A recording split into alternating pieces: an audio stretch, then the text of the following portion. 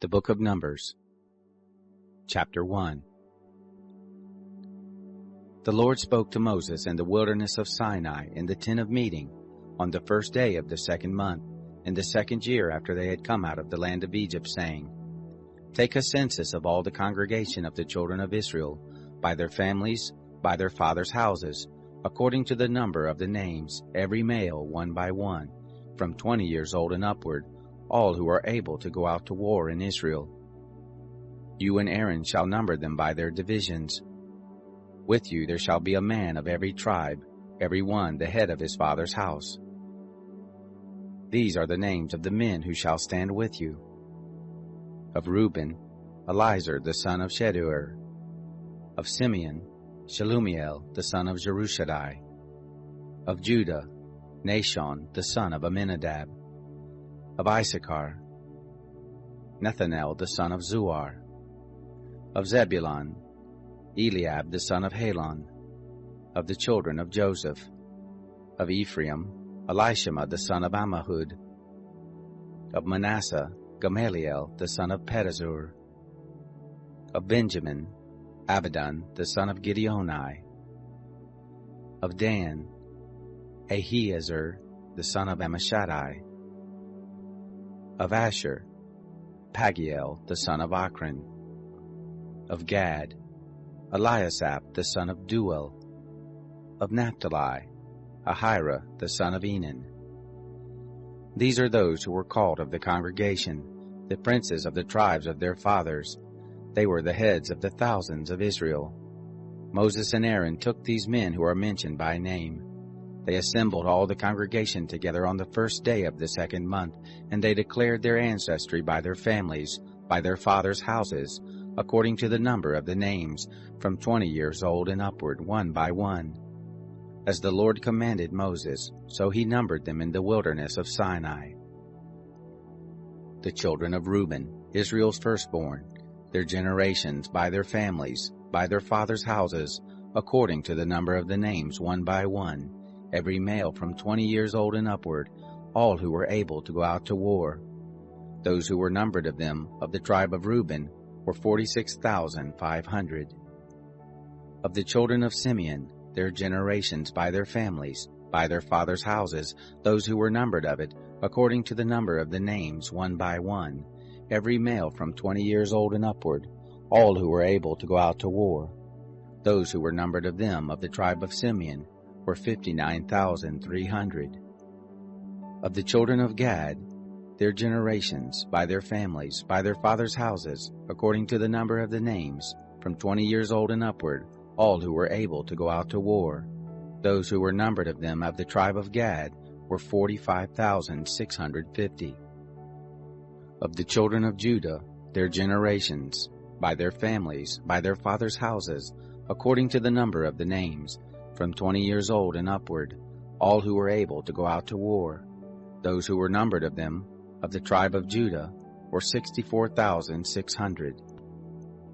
Of the children of Issachar, their generations, by their families, by their fathers' houses, according to the number of the names, from 20 years old and upward, all who were able to go out to war.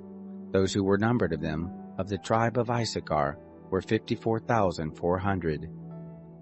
Of the children of Zebulun, their generations, by their families, by their fathers' houses, according to the number of the names, from 20 years old and upward, all who were able to go out to war. Those who were numbered of them, of the tribe of Zebulun, were 57,400. Of the children of Joseph, of the children of Ephraim, their generations, by their families, by their fathers' houses, according to the number of the names, from 20 years old and upward, all who were able to go out to war. Those who were numbered of them, of the tribe of Ephraim, were 40,500. Of the children of Manasseh, their generations, by their families, by their fathers' houses, according to the number of the names, from 20 years old and upward, all who were able to go out to war. Those who were numbered of them, of the tribe of Manasseh, were 32,200. Of the children of Benjamin, their generations, by their families, by their fathers' houses, according to the number of the names, from 20 years old and upward, all who were able to go out to war. Those who were numbered of them, of the tribe of Benjamin, were 35,400.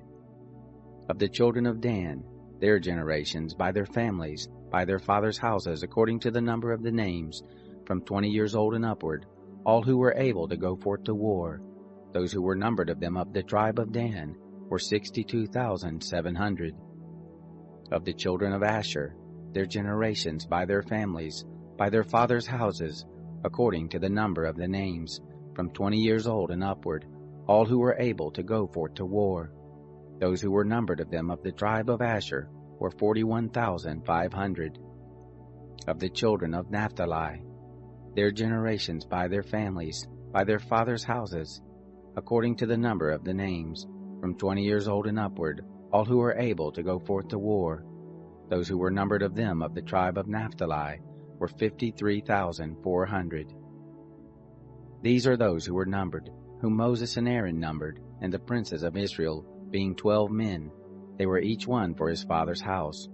So all those who were numbered of the children of Israel by their fathers' houses, from 20 years old and upward, all who were able to go out to war in Israel, even all those who were numbered, were 603,550.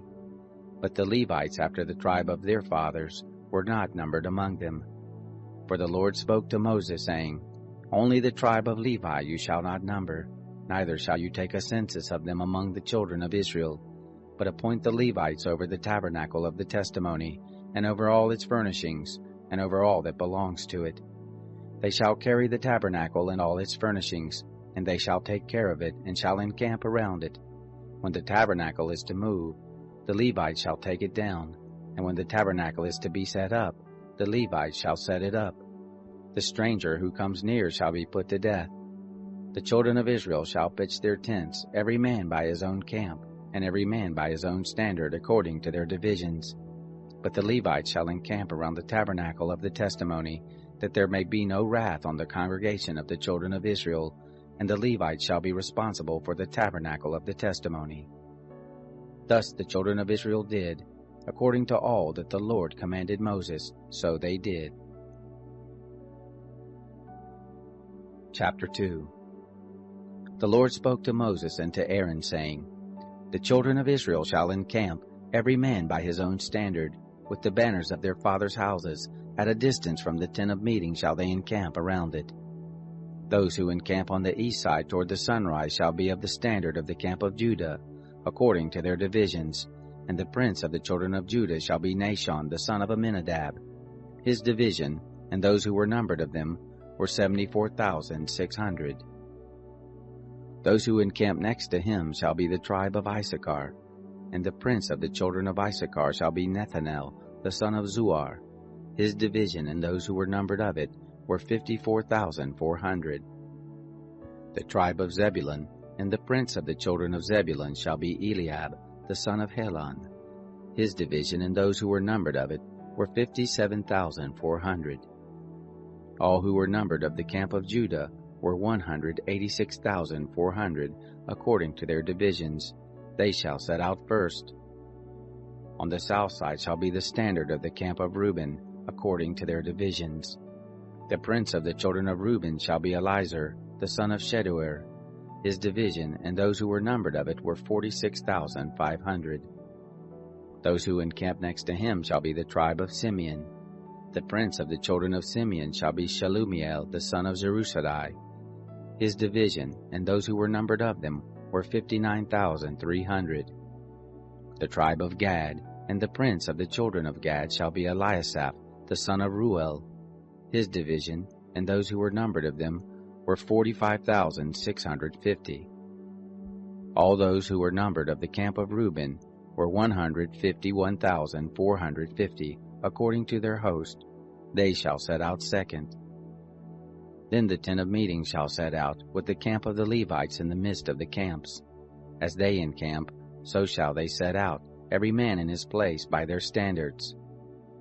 On the west side shall be the standard of the camp of Ephraim according to their divisions, and the prince of the children of Ephraim shall be Elishama, the son of Ammihud. His division, and those who were numbered of them, were 40,500. Next to him shall be the tribe of Manasseh, and the prince of the children of Manasseh shall be Gamaliel, the son of Pedazur. His division and those who were numbered of them were 32,200. The tribe of Benjamin, and the prince of the children of Benjamin shall be Abidan, the son of Gideoni. His host and those who were numbered of them were 35,400. All who were numbered of the camp of Ephraim were 108,100, according to their divisions. They shall set out third. On the north side shall be the standard of the camp of Dan, according to their divisions, and the prince of the children of Dan shall be Ahiezer, the son of Ammishaddai. His division, and those who were numbered of them, were 62,700. Those who encamp next to him shall be of the tribe of Asher, and the prince of the children of Asher shall be Pagiel, the son of Ochran. His division, and those who were numbered of them, were 41,500.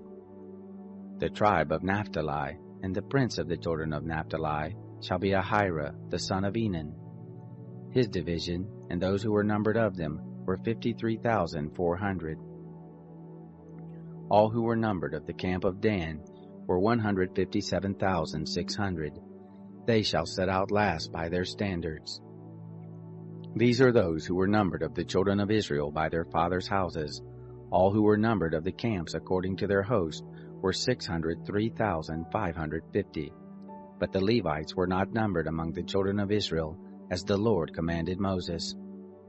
Thus the children of Israel did, according to all the Lord commanded Moses, so they encamped by their standards, and so they set out, every one by their families, according to their fathers' houses.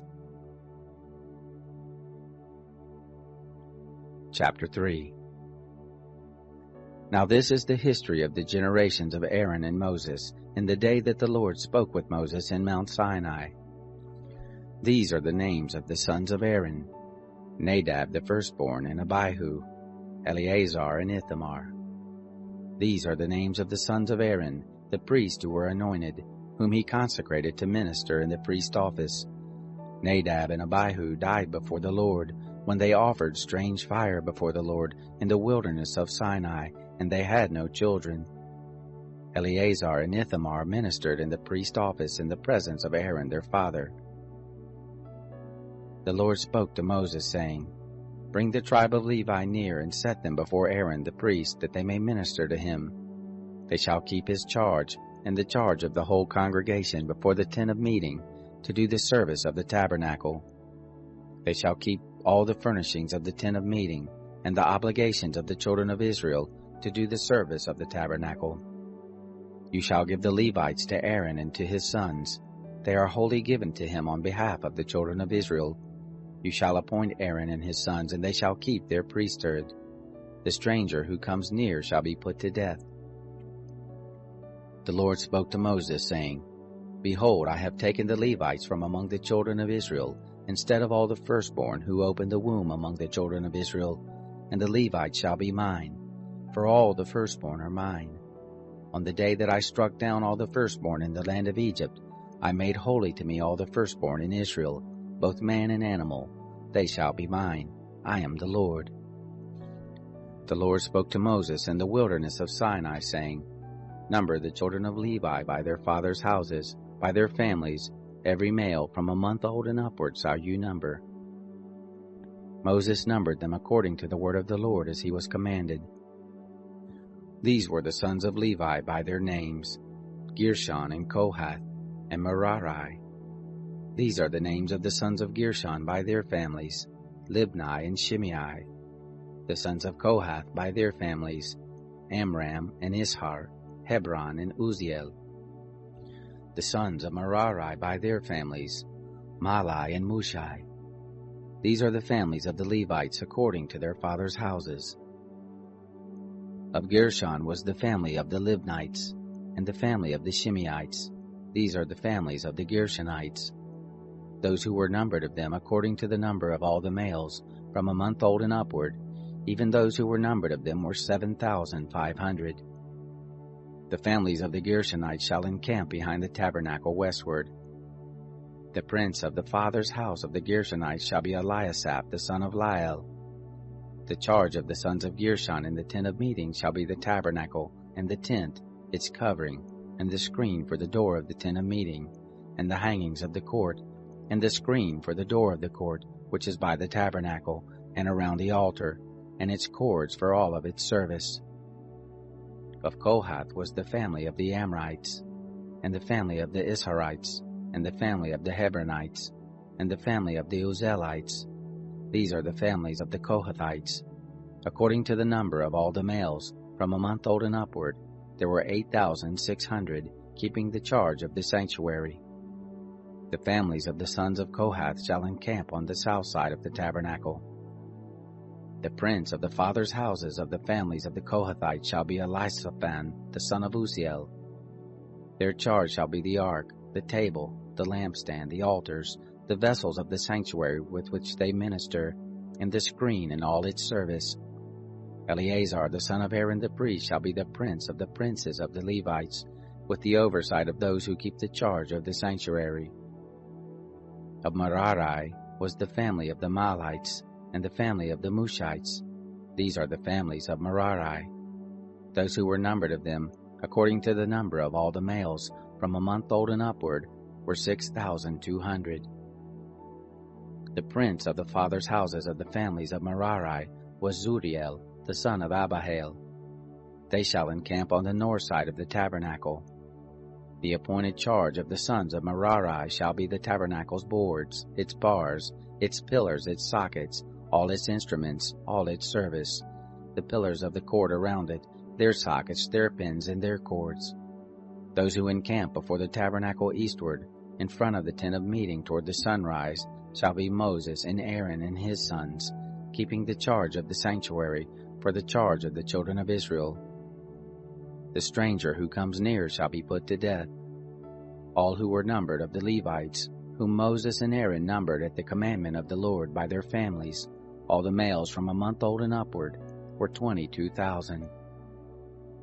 The Lord said to Moses, Number all the firstborn males of the children of Israel from a month old and upward, and take the number of their names. You shall take the Levites for me, I am the Lord, instead of all the firstborn among the children of Israel, and the cattle of the Levites instead of all the firstborn among the cattle of the children of Israel. Moses numbered, as the Lord commanded him, all the firstborn among the children of Israel, all the firstborn males according to the number of names, from a month old and upward, of those who were numbered of them, were 22,273. The Lord spoke to Moses, saying, Take the Levites instead of all the firstborn among the children of Israel, and the cattle of the Levites instead of their cattle, and the Levites shall be mine. I am the Lord. For the redemption of the 273 of the firstborn of the children of Israel, who exceed the number of the Levites, you shall take 5 shekels apiece for each one. After the shekel of the sanctuary, you shall take them. The shekel is 20 gerahs. And you shall give the money, with which the remainder of them is redeemed, to Aaron and to his sons. Moses took the redemption money from those who exceeded the number of those who were redeemed by the Levites. From the firstborn of the children of Israel he took the money, 1,365 shekels, after the shekel of the sanctuary. And Moses gave the redemption money to Aaron and to his sons, according to the word of the Lord, as the Lord commanded Moses. Chapter 4. The Lord spoke to Moses and to Aaron, saying, Take a census of the sons of Kohath from among the sons of Levi, by their families, by their fathers' houses, from 30 years old and upward, even until 50 years old, all who enter into the service to do the work in the tent of meeting. This is the service of the sons of Kohath in the tent of meeting, the most holy things. When the camp moves forward, Aaron shall go in and his sons, and they shall take down the veil of the screen, and cover the ark of the testimony with it, and shall put a covering of sealskin on it, and shall spread over it a cloth of all blue, and shall put in its poles. On the table of the showbread they shall spread a blue cloth, and put on it the dishes, the spoons, the bowls, and the cups with which to pour out, and the continual bread shall be on it. They shall spread on them a scarlet cloth, and cover the same with a covering of sealskin, and shall put in its poles. They shall take a blue cloth, and cover the lampstand of the light, and its lamps, and its snuffers, and its snuff dishes, and all its oil vessels, with which they minister to it. They shall put it and all its vessels with a covering of sealskin, and shall put it on the frame. On the golden altar they shall spread a blue cloth, and cover it with a covering of sealskin, and shall put in its poles. They shall take all the vessels of ministry, with which they minister in the sanctuary, and put them in a blue cloth, and cover them with a covering of sealskin, and shall put them on the frame. They shall take away the ashes from the altar, and spread a purple cloth on it. They shall put on it all its vessels, with which they minister about it, the fire pans, the flesh hooks, the shovels and the basins, all the vessels of the altar, and they shall spread on it a covering of sealskin, and put in its poles. When Aaron and his sons have finished covering the sanctuary, and all the furniture of the sanctuary, as the camp moves forward, after that the sons of Kohath shall come to carry it, but they shall not touch the sanctuary, lest they die. These things are the burden of the sons of Kohath in the tent of meeting. The charge of Eleazar the son of Aaron the priest shall be for the oil of the light, the sweet incense, the continual meal offering, and the anointing oil, the charge of all the tabernacle, and of all that is in it, the sanctuary and its furnishings. The Lord spoke to Moses and to Aaron, saying, Don't cut off the tribe of the families of the Kohathites from among the Levites, but do this to them, that they may live and not die when they approach the most holy things. Aaron and his sons shall go in, and appoint them every one to his service and his burden, but they shall not go in to see the sanctuary even for a moment, lest they die. The Lord spoke to Moses, saying, Take a census of the sons of Gershon also, by their fathers' houses, by their families. From 30 years old and upward until 50 years old shall you number them, all who enter in to wait on the service, to do the work in the tent of meeting. This is the service of the families of the Gershonites, in serving and in bearing burdens.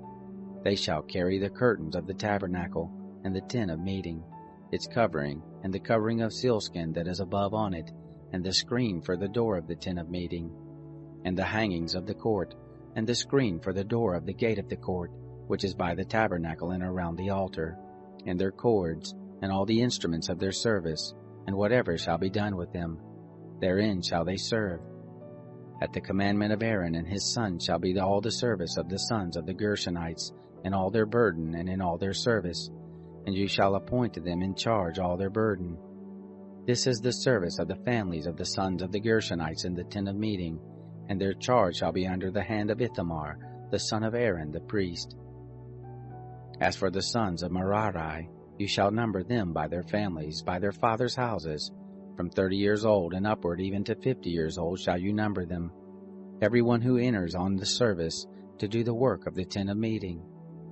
This is the charge of their burden, according to all their service in the tent of meeting: the tabernacle's boards, its bars, its pillars, its sockets, and the pillars of the court around it, and their sockets, and their pins and their cords, with all their instruments, and with all their service. And by name shall you appoint the instruments of the charge of their burden. This is the service of the families of the sons of Merari, according to all their service, in the tent of meeting, under the hand of Ithamar the son of Aaron the priest. Moses and Aaron and the princes of the congregation numbered the sons of the Kohathites by their families and by their fathers' houses, from 30 years old and upward, even to 50 years old, every one who entered into the service for work in the tent of meeting. Those who were numbered of them by their families were 2,750. These are those who were numbered of the families of the Kohathites, all who served in the tent of meeting, whom Moses and Aaron numbered according to the commandment of the Lord by Moses. Those who were numbered of the sons of Gershon, their families and by their fathers' houses, from 30 years old and upward, even to 50 years old, every one who entered into the service for the work in the tent of meeting, even those who were numbered of them by their families, by their fathers' houses, were 2,630. These are those who were numbered of the families of the son of Gershon, all who served in the tent of meeting, whom Moses and Aaron numbered according to the commandment of the Lord. Those who were numbered of the families of the sons of Merari, by their families, by their fathers' houses, from 30 years old and upward, even to 50 years old, every one who entered into the service for the work in the tent of meeting, even those who were numbered of them by their families, were 3,200. These are those who were numbered of the families of the sons of Merari, whom Moses and Aaron numbered according to the commandment of the Lord by Moses. All those who were numbered of the Levites, whom Moses and Aaron and the princes of Israel numbered by their families and by their fathers' houses, from 30 years old and upward even to 50 years old, everyone who entered in to do the work of service and the work of bearing burdens in the tent of meeting, even those who were numbered of them were 8,580. According to the commandment of the Lord they were numbered by Moses, every one according to his service and according to his burden. Thus were they numbered by him, as the Lord commanded Moses. Chapter 5. The Lord spoke to Moses, saying, Command the children of Israel that they put out of the camp every leper, and everyone who has an issue, and whoever is unclean by the dead. Both male and female shall you put out. Outside of the camp you shall put them, that they not defile their camp, in the midst of which I dwell. The children of Israel did so, and put them outside of the camp. As the Lord spoke to Moses, so did the children of Israel. The Lord spoke to Moses, saying, Speak to the children of Israel. When a man or a woman commits any sin that men commit, so as to trespass against the Lord, and that soul is guilty, then he shall confess his sin which he has done, and he shall make restitution for his guilt in full, and add to it the 5th part of it, and give it to him in respect of whom he has been guilty. But if the man has no kinsman to whom restitution may be made for the guilt, the restitution for guilt which is made to the Lord shall be the priest, besides the ram of the atonement, by which atonement shall be made for him. Every heave offering of all the holy things of the children of Israel, which they present to the priest, shall be his. Every man's holy thing shall be his. Whatever any man gives the priest, it shall be his.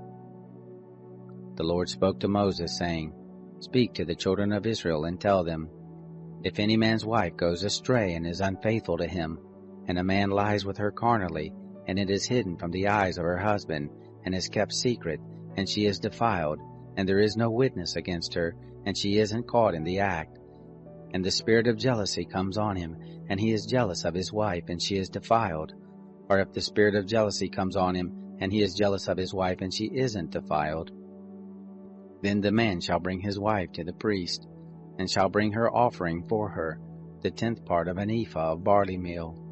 He shall pour no oil on it, nor put frankincense on it, for it is a meal offering of jealousy, a meal offering of memorial, bringing iniquity to memory. The priest shall bring her near, and set her before the Lord. And the priest shall take holy water in an earthen vessel, and of the dust that is on the floor of the tabernacle the priest shall take, and put it into the water.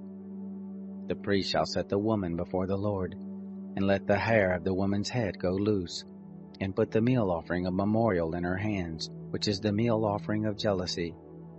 The priest shall have in his hand the water of bitterness that brings a curse.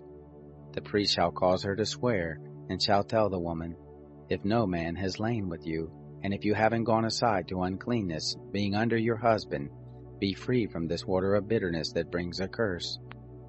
But if you have gone astray, being under your husband, and if you are defiled, and some man has lain with you besides your husband, then the priest shall cause the woman to swear with the oath of cursing, and the priest shall tell the woman, The Lord make you a curse and an oath among your people, when the Lord allows your thigh to fall away, and your body to swell. And this water that brings a curse will go into your bowels, and make your body swell and your thigh fall away. The woman shall say, Amen, Amen. The priest shall write these curses in a book, and he shall blot them out into the water of bitterness. He shall make the woman drink the water of bitterness that causes the curse, and the water that causes the curse shall enter into her and become bitter. The priest shall take the meal offering of jealousy out of the woman's hand, and shall wave the meal offering before the Lord and bring it to the altar. The priest shall take a handful of the meal offering, as the memorial of it, and burn it on the altar, and afterward shall make the woman drink the water. When he has made her drink the water, then it shall happen, if she is defiled, and has committed a trespass against her husband, that the water that causes the curse will enter into her, and become bitter, and her body will swell, and her thigh will fall away, and the woman will be a curse among her people. If the woman isn't defiled but is clean, then she shall be free, and shall conceive a child. This is the law of jealousy, when a wife, being under her husband, goes astray and is defiled, or when the spirit of jealousy comes on a man, and he is jealous of his wife. Then he shall set the woman before the Lord, and the priest shall execute on her all this law. The man shall be free from iniquity, and that woman shall bear her iniquity. Chapter 6. The Lord spoke to Moses, saying, Speak to the children of Israel and tell them, when either man or woman shall make a special vow, the vow of a Nazirite, to separate himself to the Lord, he shall separate himself from wine and strong drink. He shall drink no vinegar of wine, or vinegar of fermented drink, neither shall he drink any juice of grapes, nor eat fresh grapes or dried. All the days of his separation he shall eat nothing that is made of the grapevine, from the seeds even to the skins. All the days of his vow of separation there shall no razor come on his head, until the days are fulfilled, in which he separates himself to the Lord. He shall be holy. He shall let the locks of the hair of his head grow long. All the days that he separates himself to the Lord he shall not go near a dead body. He shall not make himself unclean for his father, or for his mother, for his brother, or for his sister when they die, because his separation to God is on his head. All the days of his separation he is holy to the Lord. If a man dies very suddenly beside him, and he defiles the head of his separation, then he shall shave his head in the day of his cleansing. On the 7th day he shall shave it. On the 8th day he shall bring 2 turtle doves or 2 young pigeons to the priest, to the door of the tent of meeting. The priest shall offer one for a sin offering, and the other for a burnt offering, and make atonement for him, because he sinned by reason of the dead, and shall make his head holy that same day. He shall separate to the Lord the days of his separation, and shall bring a male lamb a year old for a trespass offering, but the former days shall be void, because his separation was defiled. This is the law of the Nazirite, when the days of his separation are fulfilled. He shall be brought to the door of the tent of meeting, and he shall offer his offering to the Lord, 1 male lamb a year old without blemish for a burnt offering, and 1 ewe lamb a year old without blemish for a sin offering, and 1 ram without blemish for a peace offering. And a basket of unleavened bread, cakes of fine flour mixed with oil, and unleavened wafers anointed with oil, and their meal offering and their drink offerings. The priest shall present them before the Lord, and shall offer his sin offering and his burnt offering. He shall offer the ram for a sacrifice of peace offerings to the Lord, with the basket of unleavened bread.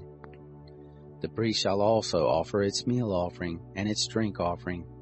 The Nazirite shall shave the head of his separation at the door of the tent of meeting, and shall take the hair of the head of his separation, and put it on the fire which is under the sacrifice of peace offerings. The priest shall take the boiled shoulder of the ram, and 1 unleavened cake out of the basket, and 1 unleavened wafer, and shall put them on the hands of the Nazirite, after he has shaved the head of his separation. And the priest shall wave them for a wave offering before the Lord. This is holy for the priest, together with the breast that is waved and the thigh that is offered. After that, the Nazirite may drink wine. This is the law of the Nazirite who vows, and of his offering to the Lord for his separation, besides that which he is able to get. According to his vow which he vows, so he must do after the law of his separation. The Lord spoke to Moses, saying, Speak to Aaron and to his sons, saying, This is how you shall bless the children of Israel. You shall tell them, The Lord bless you and keep you. The Lord make his face to shine on you and be gracious to you. The Lord lift up his face toward you and give you peace. So they shall put my name on the children of Israel, and I will bless them. Chapter 7. It happened on the day that Moses had finished setting up the tabernacle and had anointed it, and sanctified it, with all its furniture, and the altar with all its vessels, and had anointed and sanctified them, that the princes of Israel, the heads of their father's house, offered. These were the princes of the tribes. These are they who were over those who were numbered, and they brought their offerings before the Lord. 6 covered wagons, and 12 oxen, a wagon for every 2 of the princes, and for each one an ox, and they presented them before the tabernacle. The Lord spoke to Moses, saying, Accept these from them, that they may be used in doing the service of the tent of meeting, and you shall give them to the Levites, to every man according to his service. Moses took the wagons and the oxen and gave them to the Levites. He gave 2 wagons and 4 oxen to the sons of Gershon, according to their service. And he gave 4 wagons and 8 oxen to the sons of Merari, according to their service, under the direction of Ithamar the son of Aaron the priest. But to the sons of Kohath he gave none, because the service of the sanctuary belonged to them. They carried it on their shoulders. The princes gave offerings for the dedication of the altar, and the day that it was anointed. Even the princes gave their offerings before the altar. The Lord said to Moses, They shall offer their offering, each prince on his day, for the dedication of the altar. He who offered his offering for the first day was Nahshon the son of Amminadab, of the tribe of Judah, and his offering was 1 silver platter, the weight of which was 130 shekels, 1 silver bowl of 70 shekels after the shekel of the sanctuary, both of them full of fine flour mixed with oil for a meal offering, 1 golden ladle of 10 shekels, full of incense, 1 young bull, 1 ram, 1 male lamb a year old for a burnt offering, 1 male goat for a sin offering, and for the sacrifice of peace offerings, 2 oxen, 5 rams, 5 male goats, and 5 male lambs a year old. This was the offering of Nahshon the son of Amminadab. On the second day, Nethanel the son of Zuar, the prince of Issachar, gave his offering. He offered for his offering 1 silver platter, the weight of which was 130 shekels, 1 silver bowl of 70 shekels after the shekel of the sanctuary, both of them full of fine flour mixed with oil for a meal offering, 1 golden ladle of 10 shekels full of incense, 1 young bull, 1 ram, 1 male lamb a year old for a burnt offering, 1 male goat for a sin offering, and for the sacrifice of peace offerings, 2 oxen, 5 rams, 5 male goats, 5 male lambs a year old. This was the offering of Nethanel the son of Zuar. On the third day, Eliab the son of Helon, prince of the children of Zebulun, gave his offering, 1 silver platter, the weight of which was 130 shekels, 1 silver bowl of 70 shekels after the shekel of the sanctuary, both of them full of fine flour mixed with oil for a meal offering, 1 golden ladle of 10 shekels full of incense, 1 young bull, 1 ram, 1 male lamb a year old for a burnt offering, 1 male goat for a sin offering, and for the sacrifice of peace offerings, 2 oxen, 5 rams, 5 male goats, and 5 male lambs a year old. This was the offering of Eliab the son of Helon. On the fourth day, Elizur the son of Sheduer, prince of the children of Reuben, gave his offering, 1 silver platter, the weight of which was 130 shekels, 1 silver bowl of 70 shekels after the shekel of the sanctuary, both of them full of fine flour mixed with oil for a meal offering, 1 golden ladle of 10 shekels full of incense, 1 young bull, 1 ram, 1 male lamb a year old for a burnt offering, 1 male goat for a sin offering, and for the sacrifice of peace offerings, 2 oxen, 5 rams, 5 male goats, and 5 male lambs a year old. This was the offering of Elizur the son of Sheduer. On the fifth day, Shelumiel the son of Jerushadai, prince of the children of Simeon, gave his offering, 1 silver platter, the weight of which was 130 shekels, 1 silver bowl of 70 shekels after the shekel of the sanctuary, both of them full of fine flour mixed with oil for a meal offering, 1 golden ladle of 10 shekels full of incense, 1 young bull, 1 ram, 1 male lamb a year old for a burnt offering, 1 male goat for a sin offering, and for the sacrifice of peace offerings, 2 oxen, 5 rams, 5 male goats, and 5 male lambs a year old. This was the offering of Shelumiel the son of Zerushadai. On the sixth day, Eliasaph the son of Duel, prince of the children of Gad, gave his offering, 1 silver platter, the weight of which was 130 shekels, 1 silver bowl of 70 shekels after the shekel of the sanctuary, both of them full of fine flour mixed with oil for a meal offering, 1 golden ladle of 10 shekels full of incense, 1 young bull, 1 ram, one male lamb a year old for a burnt offering, one male goat for a sin offering, and for the sacrifice of peace offerings, 2 oxen, 5 rams, 5 male goats, and 5 male lambs a year old. This was the offering of Eliasaph the son of Duel. On the 7th day, Elishama the son of Ammihud, prince of the children of Ephraim, gave his offering, 1 silver platter, the weight of which was 130 shekels, 1 silver bowl of 70 shekels, after the shekel of the sanctuary, both of them full of fine flour mixed with oil for a meal offering, 1 golden ladle of 10 shekels, full of incense, 1 young bull, 1 ram, 1 male lamb a year old for a burnt offering, 1 male goat for a sin offering, and for the sacrifice of peace offerings, 2 oxen, 5 rams, 5 male goats, and 5 male lambs a year old. This was the offering of Elishama the son of Ammihud. On the 8th day, Gamaliel the son of Pedazur, prince of the children of Manasseh, gave his offering, 1 silver platter, the weight of which was 130 shekels, 1 silver bowl of 70 shekels, after the shekel of the sanctuary, both of them full of fine flour mixed with oil for a meal offering, 1 golden ladle of 10 shekels, full of incense, 1 young bull, 1 ram, 1 male lamb a year old for a burnt offering, 1 male goat for a sin offering, and for the sacrifice of peace offerings, 2 oxen, 5 rams, 5 male goats, and 5 male lambs a year old. This was the offering of Gamaliel the son of Pedazur.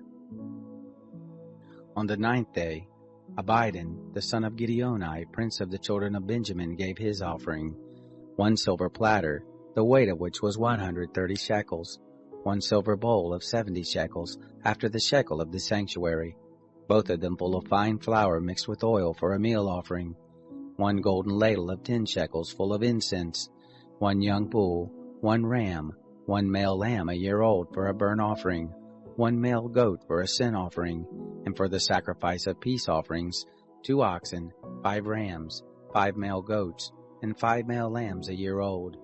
This was the offering of Abidan the son of Gideoni.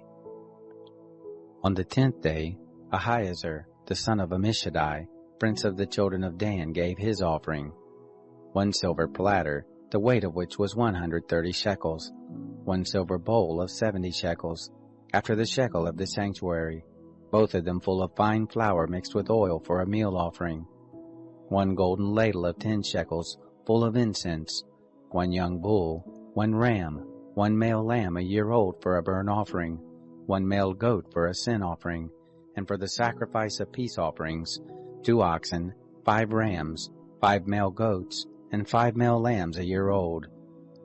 This was the offering of Ahiezer the son of Ammishaddai. On the 11th day, Pagiel the son of Ochran, prince of the children of Asher, gave his offering, 1 silver platter, the weight of which was 130 shekels, 1 silver bowl of 70 shekels, after the shekel of the sanctuary, both of them full of fine flour mixed with oil for a meal offering, 1 golden ladle of 10 shekels, full of incense, 1 young bull, 1 ram, 1 male lamb a year old for a burnt offering, 1 male goat for a sin offering, and for the sacrifice of peace offerings, 2 oxen, 5 rams, 5 male goats, and 5 male lambs a year old. This was the offering of Pagiel the son of Ochran. On the 12th day, Ahira the son of Enan, the prince of the children of Naphtali, gave his offering, 1 silver platter, the weight of which was 130 shekels, 1 silver bowl of 70 shekels, after the shekel of the sanctuary, both of them full of fine flour mixed with oil for a meal offering, 1 golden spoon of 10 shekels, full of incense, 1 young bull, 1 ram, 1 male lamb a year old for a burnt offering, 1 male goat for a sin offering, and for the sacrifice of peace offerings, 2 oxen, 5 rams, 5 male goats, and 5 male lambs a year old. This was the offering of Ahira the son of Enan. This was the dedication of the altar, on the day when it was anointed, by the princes of Israel, 12 silver platters, 12 silver bowls, 12 golden ladles, each silver platter weighing 130 shekels, and each bowl 70. All the silver of the vessels, 2,400 shekels, after the shekel of the sanctuary. the 12 golden ladles full of incense, weighing 10 shekels apiece, after the shekel of the sanctuary. All the gold of the ladles weighed 120 shekels. All the oxen for the burnt offering, 12 bulls, the rams 12, the male lambs a year old 12, and their meal offering, and the male goats for a sin offering 12. And all the oxen for the sacrifice of peace offerings, 24 bulls, the rams 60, the male goats 60, the male lambs a year old 60. This was the dedication of the altar after it was anointed. When Moses went into the tent of meeting to speak with the Lord, he heard his voice speaking to him from above the mercy seat that was on the ark of the testimony, from between the 2 cherubim, and he spoke to him. Chapter 8. The Lord spoke to Moses, saying, Speak to Aaron and tell him, When you light the lamps, the 7 lamps shall give light in front of the lampstand. Aaron did so. He lit its lamps to light the area in front of the lampstand as the Lord commanded Moses. This was the workmanship of the lampstand, beaten work of gold. From its base to its flowers it was beaten work, according to the pattern which the Lord had showed Moses, so he made the lampstand. The Lord spoke to Moses, saying, Take the Levites from among the children of Israel and cleanse them. Thus shall you do to them to cleanse them. Sprinkle the water of cleansing on them. Let them shave their whole bodies with a razor, and let them wash their clothes and cleanse themselves. Then let them take a young bull and its meal offering, fine flour mixed with oil, and another young bull you shall take for a sin offering. You shall present the Levites before the tent of meeting. You shall assemble the whole congregation of the children of Israel. You shall present the Levites before the Lord. The children of Israel shall lay their hands on the Levites, and Aaron shall offer the Levites before the Lord for a wave offering, on behalf of the children of Israel, that it may be theirs to do the service of the Lord. The Levites shall lay their hands on the heads of the bulls, and you shall offer the one for a sin offering, and the other for a burnt offering to the Lord, to make atonement for the Levites. You shall set the Levites before Aaron and before his sons, and offer them as a wave offering to the Lord. Thus you shall separate the Levites from among the children of Israel, and the Levites shall be mine. After that, the Levites shall go in to do the service of the tent of meeting, and you shall cleanse them, and offer them as a wave offering. For they are wholly given to me from among the children of Israel, instead of all who opened the womb, even the firstborn of all the children of Israel. I have taken them to me. For all the firstborn among the children of Israel are mine, both man and animal. On the day that I struck all the firstborn in the land of Egypt, I sanctified them for myself. I have taken the Levites instead of all the firstborn among the children of Israel. I have given the Levites as a gift to Aaron and to his sons from among the children of Israel, to do the service of the children of Israel in the tent of meeting, and to make atonement for the children of Israel, that there be no plague among the children of Israel when the children of Israel come near to the sanctuary. Thus did Moses and Aaron and all the congregation of the children of Israel do to the Levites, according to all that the Lord commanded Moses concerning the Levites, so the children of Israel did to them. The Levites purified themselves from sin, and they washed their clothes, and Aaron offered them for a wave offering before the Lord, and Aaron made atonement for them to cleanse them. After that, the Levites went in to do their service in the tent of meeting before Aaron and before his sons, as the Lord had commanded Moses concerning the Levites, so they did to them. The Lord spoke to Moses, saying, This is that which belongs to the Levites. From 25 years old and upward they shall go in to wait on the service and the work of the tent of meeting. And from the age of 50 years they shall cease waiting on the work, and shall serve no more, but shall minister with their brothers in the tent of meeting, to keep the charge, and shall do no service. Thus shall you do to the Levites concerning their duties. Chapter 9. The Lord spoke to Moses in the wilderness of Sinai, in the first month of the 2nd year after they had come out of the land of Egypt, saying, Moreover, let the children of Israel keep the Passover in its appointed season. On the 14th day of this month at evening you shall keep it in its appointed season, according to all its statutes, and according to all its ordinances you shall keep it. Moses spoke to the children of Israel that they should keep the Passover. They kept the Passover in the first month, on the 14th day of the month, at the evening, in the wilderness of Sinai, according to all that the Lord commanded Moses, so the children of Israel did. There were certain men who were unclean because of the dead body of a man, so that they could not keep the Passover on that day, and they came before Moses and before Aaron on that day. Those men said to him, "We are unclean because of the dead body of a man. Why are we kept back that we may not offer the offering of the Lord in its appointed season among the children of Israel?" Moses answered them, "Wait, that I may hear what the Lord will command concerning you." The Lord spoke to Moses, saying, "Say to the children of Israel, if any man of you or of your generations is unclean by reason of a dead body, or is on a journey far away, he shall still keep the Passover to the Lord. In the second month, on the 14th day at evening, they shall keep it. They shall eat it with unleavened bread and bitter herbs. They shall leave none of it until the morning, nor break a bone of it. According to all the statute of the Passover they shall keep it. But the man who is clean, and is not on a journey, and fails to keep the Passover, that soul shall be cut off from its people, because he didn't offer the offering of the Lord in its appointed season. That man shall bear his sin. If a foreigner lives among you, and desires to keep the Passover to the Lord, according to the statute of the Passover and according to its ordinance, so shall he do. You shall have one statute, both for the foreigner and for him who is born in the land. On the day that the tabernacle was raised up, the cloud covered the tabernacle, even the tent of the testimony, and at evening it was over the tabernacle as it were the appearance of fire until morning. So it was continually. The cloud covered it, and the appearance of fire by night. Whenever the cloud was taken up from over the tent, then after that the children of Israel traveled, and in the place where the cloud remained, there the children of Israel encamped. At the commandment of the Lord the children of Israel traveled, and at the commandment of the Lord they encamped. As long as the cloud remained on the tabernacle they remained encamped.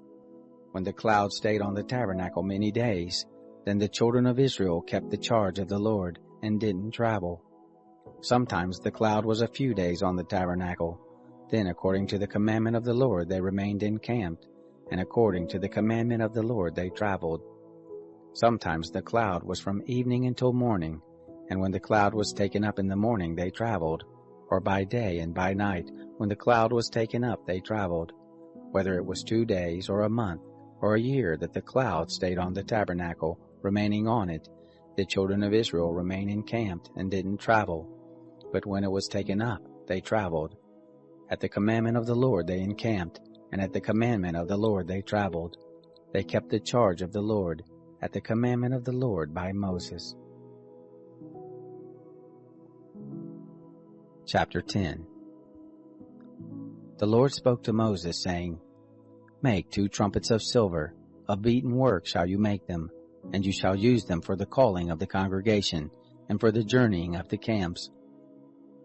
When they shall blow them, all the congregation shall gather themselves to you at the door of the tent of meeting. If they blow but one, then the princes, the heads of the thousands of Israel, shall gather themselves to you.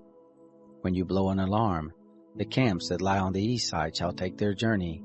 When you blow an alarm the second time, the camps that lie on the south side shall take their journey.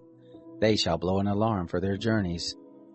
But when the assembly is to be gathered together, you shall blow, but you shall not sound an alarm.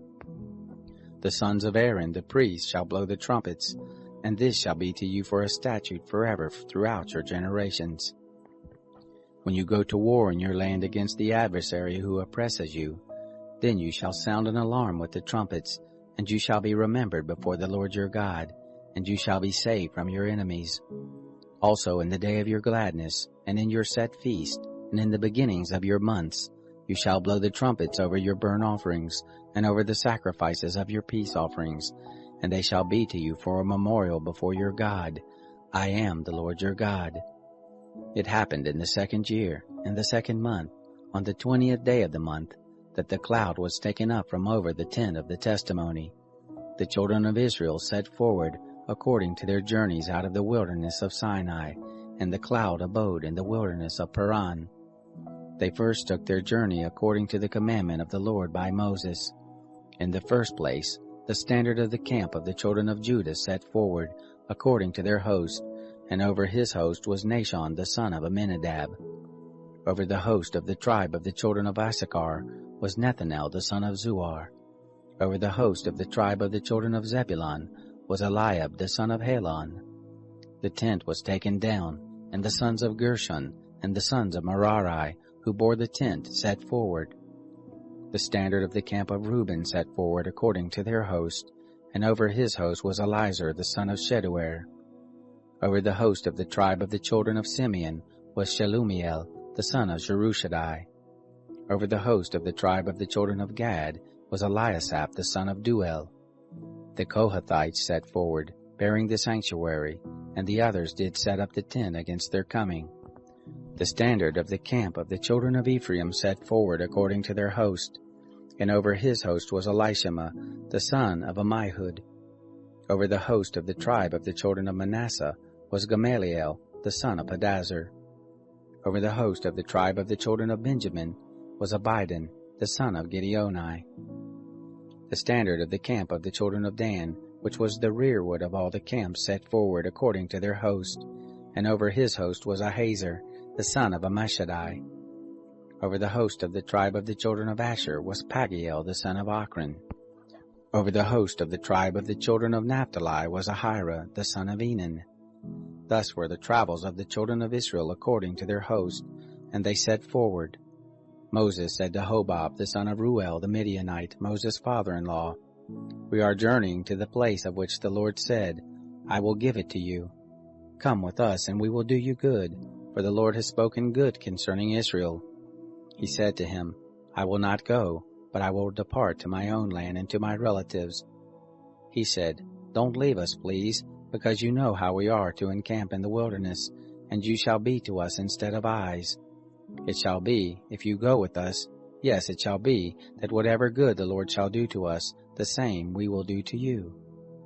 They set forward from the mount of the Lord 3 days' journey, and the ark of the covenant of the Lord went before them 3 days' journey to seek out a resting place for them. The cloud of the Lord was over them by day when they set forward from the camp.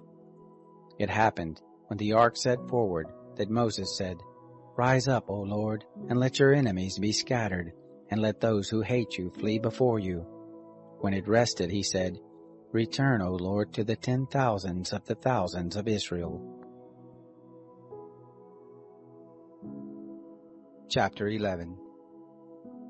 The people were as murmurers, speaking evil in the ears of the Lord. And when the Lord heard it, his anger was kindled, and the fire of the Lord burned among them, and devoured in the uttermost part of the camp. The people cried to Moses, and Moses prayed to the Lord, and the fire abated. The name of that place was called Taberah, because the fire of the Lord burned among them.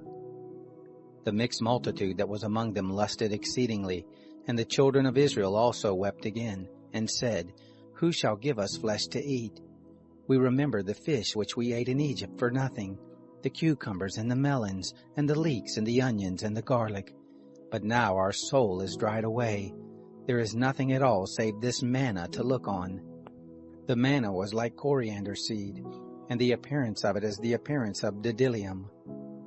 The people went about and gathered it, and ground it in mills, or beat it in mortars, and boiled it in pots, and made cakes of it, and the taste of it was as the taste of fresh oil.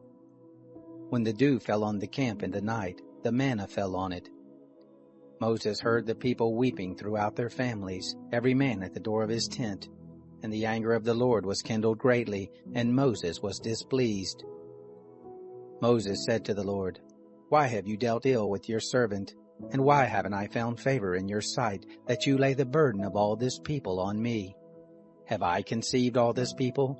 Have I brought them forth that you should tell me, carry them in your bosom, as a nursing father carries the sucking child, to the land which you swore to their fathers? Where should I have flesh to give all this people? For they weep to me, saying, Give us flesh that we may eat. I am not able to bear all this people alone, because it is too heavy for me. If you deal thus with me, please kill me out of hand, if I have found favor in your sight, and let me not see my wretchedness." The Lord said to Moses, Gather to me 70 men of the elders of Israel, whom you know to be elders of the people and officers over them, and bring them to the tent of meeting, that they may stand there with you. I will come down and talk with you there, and I will take of the Spirit which is on you, and will put it on them, and they shall bear the burden of the people with you, that you not bear it yourself alone. Say to the people, Sanctify yourselves against tomorrow, and you shall eat flesh, for you have wept in the ears of the Lord, saying, Who shall give us flesh to eat? For it was well with us in Egypt, therefore the Lord will give you flesh, and you shall eat. You shall not eat 1 day, nor 2 days, nor 5 days, neither 10 days, nor 20 days, but a whole month, until it comes out at your nostrils, and it becomes loathsome to you, because you have rejected the Lord who is among you, and have wept before him, saying, Why did we come forth out of Egypt? Moses said, The people, among whom I am, are 600,000 footmen, and you have said, I will give them flesh, that they may eat a whole month. Shall flocks and herds be slain for them to suffice them? Or shall all the fish of the sea be gathered together for them to suffice them? The Lord said to Moses, Has the Lord's hand grown short? Now you shall see whether my word shall happen to you or not. Moses went out and told the people the words of the Lord, and he gathered 70 men of the elders of the people, and set them round about the tent. The Lord came down in the cloud and spoke to him, and took of the Spirit that was on him, and put it on the 70 elders. And it happened that when the Spirit rested on them, they prophesied, but they did so no more. But there remained 2 men in the camp. The name of the one was Eldad, and the name of the other Medad, and the Spirit rested on them. And they were of those who were written, but had not gone out to the tent, and they prophesied in the camp.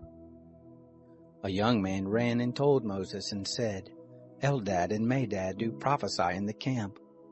Joshua the son of Nun, the minister of Moses, one of his chosen men, answered, My lord Moses, forbid them. Moses said to him, Are you jealous for my sake? Would that all the Lord's people were prophets, that the Lord would put his Spirit on them. Moses got into the camp, he and the elders of Israel. There went forth a wind from the Lord, and brought quails from the sea, and let them fall by the camp, about a day's journey on this side, and a day's journey on the other side round about the camp, and about 2 cubits above the surface of the earth. The people rose up all that day and all that night, and all the next day, and gathered the quails. He who gathered least gathered 10 homers, and they spread them all abroad for themselves round about the camp.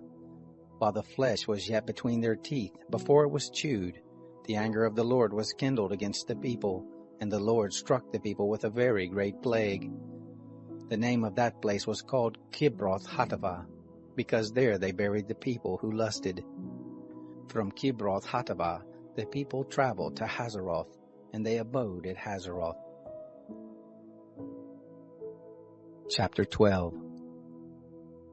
Miriam and Aaron spoke against Moses because of the Cushite woman whom he had married, for he had married a Cushite woman. They said, Has the Lord indeed spoken only with Moses? Hasn't he spoken also with us? The Lord heard it. Now the man Moses was very humble, above all the men who were on the surface of the earth. The Lord spoke suddenly to Moses and to Aaron and to Miriam, Come out, you 3, to the tent of meeting. They 3 came out. The Lord came down in a pillar of cloud and stood at the door of the tent, and called Aaron and Miriam, and they both came forth. He said, Hear now my words. If there be a prophet among you, I the Lord will make myself known to him in a vision. I will speak with him in a dream. My servant Moses is not so. He is faithful in all my house. With him will I speak mouth to mouth, even manifestly, and not in dark speeches, and the form of the Lord shall he see. Why then were you not afraid to speak against my servant, against Moses? The anger of the Lord was kindled against them, and he departed. The cloud removed from over the tent, and behold, Miriam was leprous, as white as snow. And Aaron looked at Miriam, and behold, she was leprous. Aaron said to Moses, O my Lord, please don't lay sin on us, for that we have done foolishly, and for that we have sinned. Let her not, I pray, be as one of the dead, of whom the flesh is half consumed when he comes out of his mother's womb. Moses cried to the Lord, saying, "Heal her, Lord, I beseech you." The Lord said to Moses, "If her father had but spit in her face, shouldn't she be ashamed 7 days? Let her be shut up outside of the camp 7 days, and after that she shall be brought in again." Miriam was shut up outside of the camp 7 days, and the people didn't travel until Miriam was brought in again. Afterward the people traveled from Hazeroth and encamped in the wilderness of Paran. Chapter 13. The Lord spoke to Moses, saying, "Send men that they may spy out the land of Canaan, which I give to the children of Israel. Of every tribe of their fathers shall you send a man, every one a prince among them." Moses sent them from the wilderness of Paran, according to the commandment of the Lord, all of them men who were heads of the children of Israel.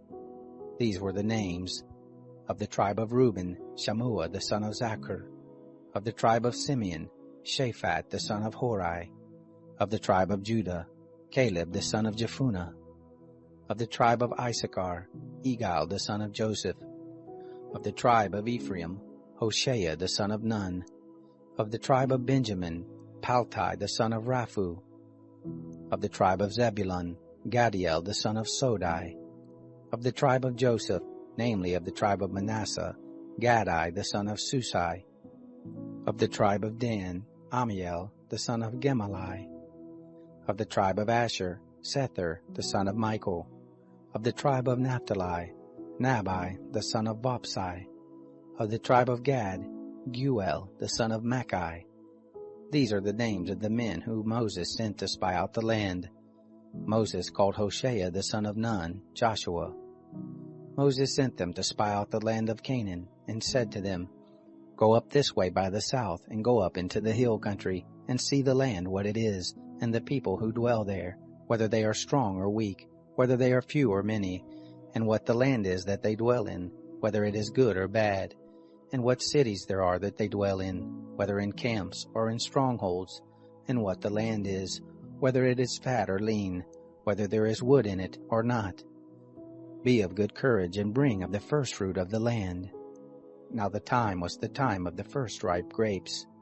So they went up, and spied out the land from the wilderness of Zin to Rehob, to the entrance of Hamath.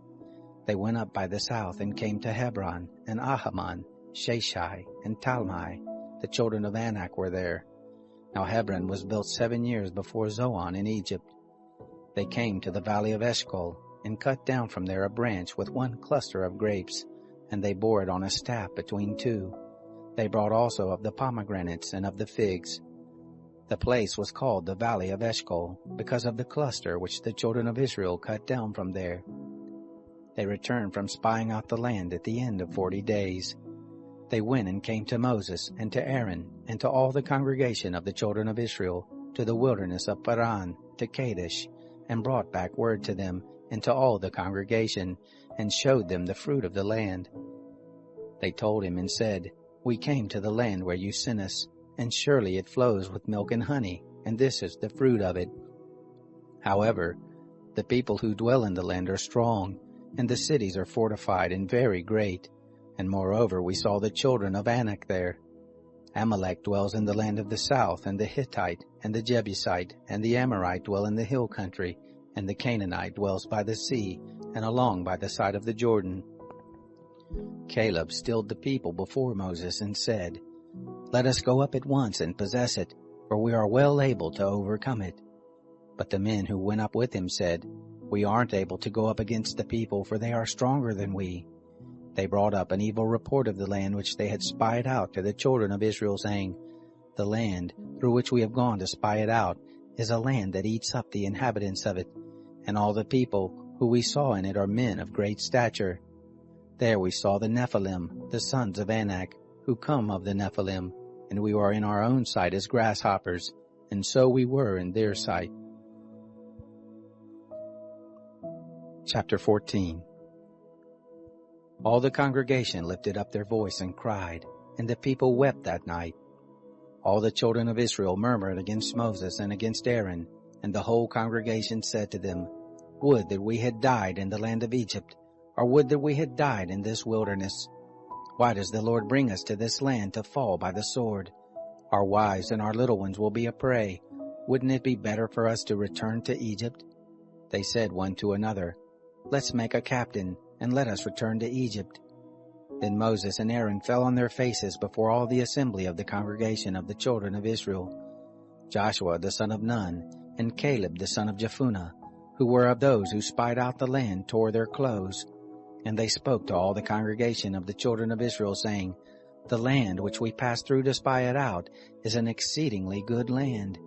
If the Lord delights in us, then he will bring us into this land and give it to us, a land which flows with milk and honey. Only don't rebel against the Lord, neither fear the people of the land, for they are bread for us. Their defense is removed from over them, and the Lord is with us. Don't fear them." But all the congregation bade stone them with stones. The glory of the Lord appeared in the tent of meeting to all the children of Israel.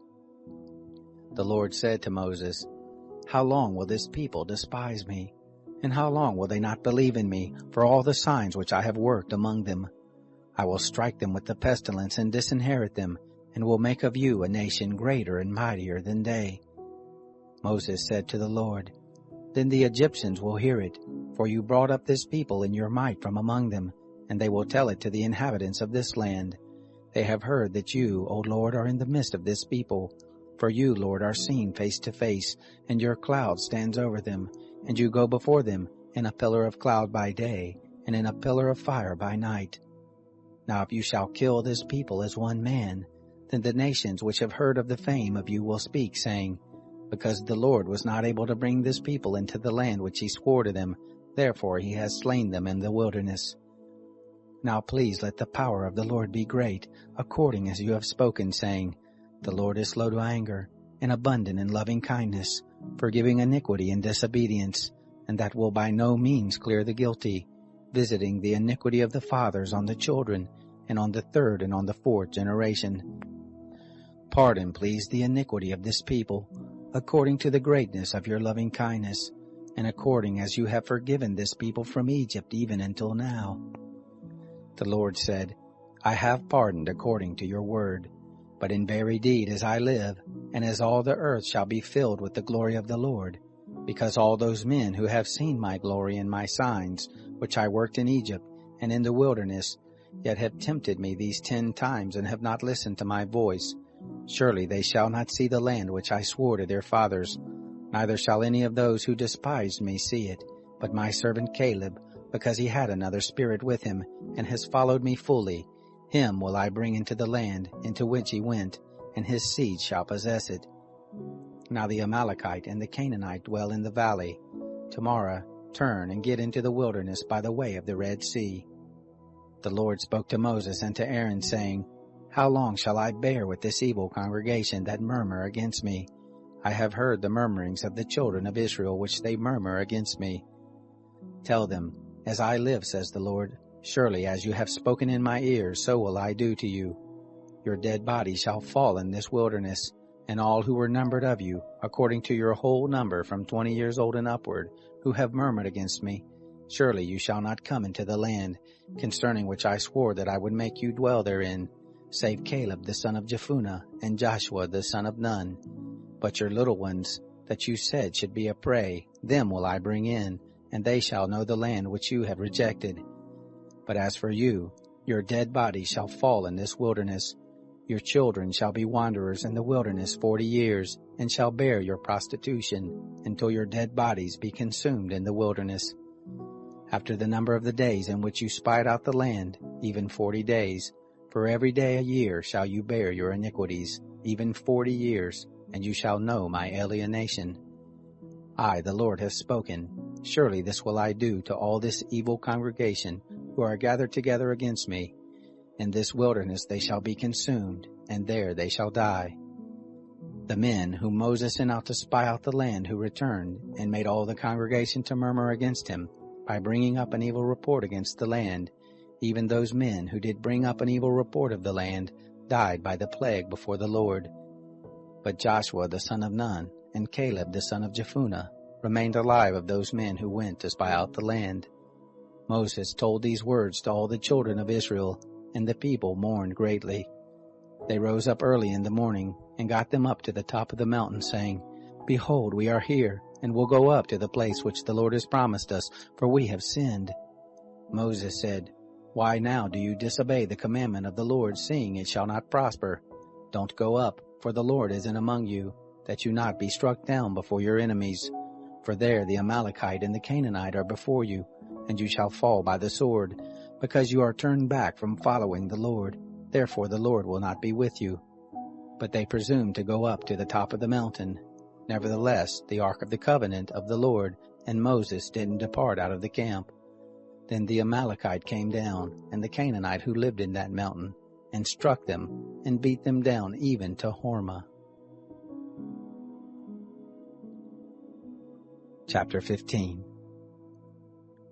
The Lord spoke to Moses, saying, Speak to the children of Israel, and tell them, When you are come into the land of your habitations which I give to you, and will make an offering by fire to the Lord, a burnt offering or a sacrifice, to accomplish a vow, or as a freewill offering, or in your set feast, to make a sweet savor to the Lord, of the herd or of the flock. Then shall he who offers his offering offer to the Lord a meal offering of 1/10 part of an ephah of fine flour, mixed with the 4th part of a hin of oil. And wine for the drink offering, the 4th part of a hin, shall you prepare with the burnt offering, or for the sacrifice, for each lamb. Or for a ram, you shall prepare a meal offering, 2/10 parts of an ephah of fine flour, mixed with the 3rd part of a hin of oil. And for the drink offering you shall offer the 3rd part of a hin of wine, of a sweet savor to the Lord. When you prepare a bull for a burnt offering, or for a sacrifice, to accomplish a vow or for peace offerings to the Lord, then shall he offer with the bull a meal offering of 3/10 parts of an ephah of fine flour, mixed with half a hin of oil. And you shall offer for the drink offering half a hin of wine, for an offering made by fire, of a sweet savor to the Lord. Thus shall it be done for each bull, or for each ram, or for each of the he-lambs or of the kids. According to the number that you shall prepare, so shall you do to everyone according to their number. All who are homeborn shall do these things after this manner, in offering an offering made by fire, of a sweet savor to the Lord.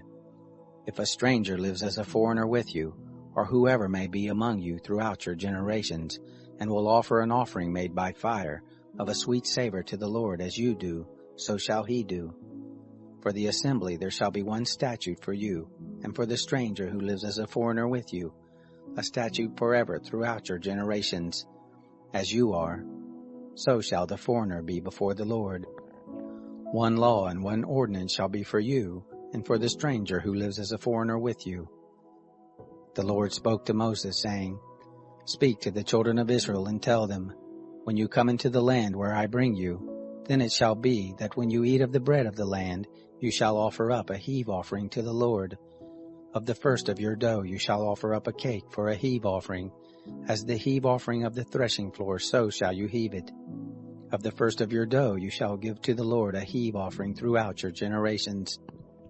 When you shall err, and not observe all these commandments which the Lord has spoken to Moses, even all that the Lord has commanded you by Moses, from the day that the Lord gave commandment and onward throughout your generations, then it shall be, if it be done unwittingly, without the knowledge of the congregation, that all the congregation shall offer one young bull for a burnt offering, for a sweet savor to the Lord, with the meal offering of it and the drink offering of it, according to the ordinance, and one male goat for a sin offering.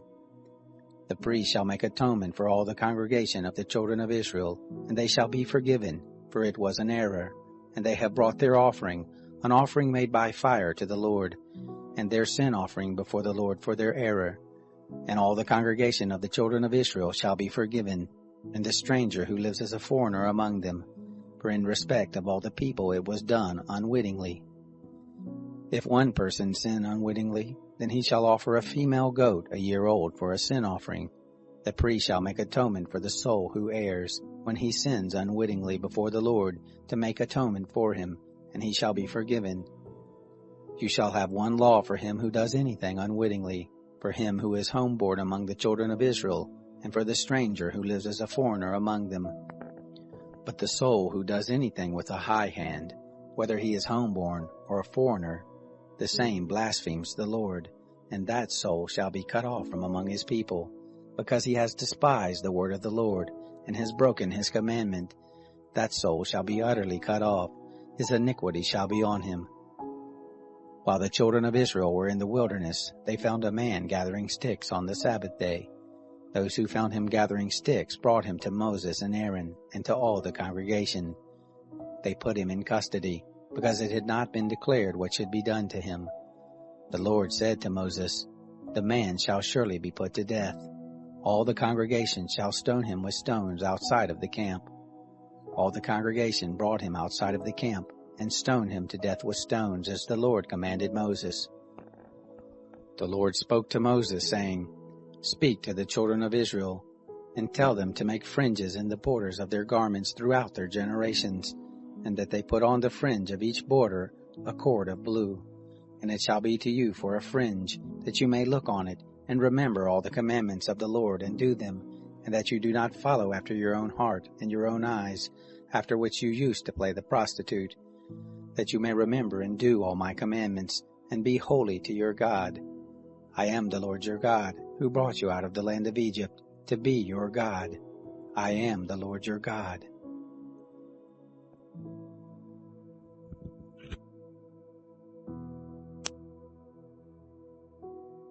Chapter 16.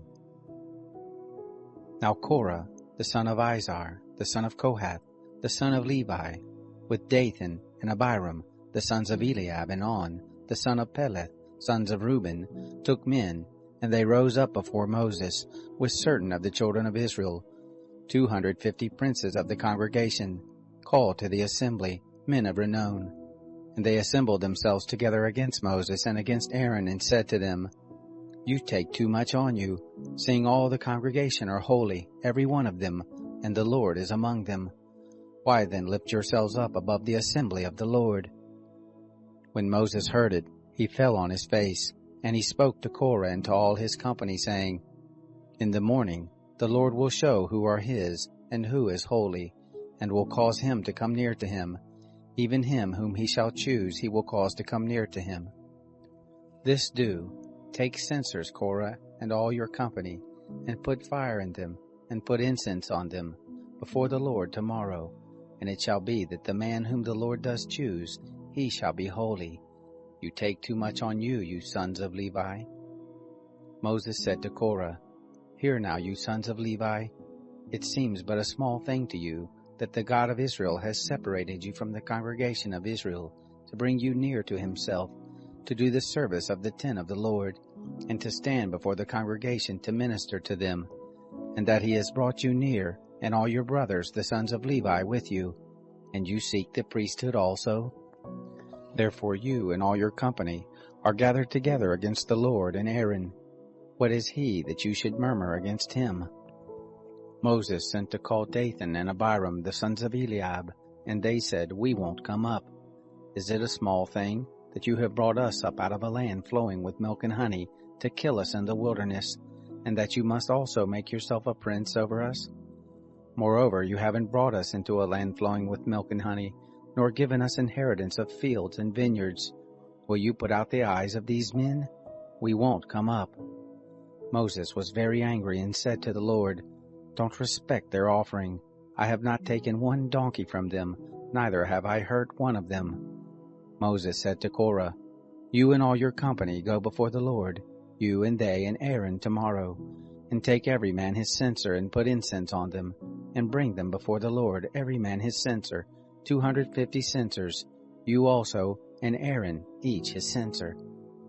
They took every man his censer and put fire in them, and laid incense on them, and stood at the door of the tent of meeting with Moses and Aaron.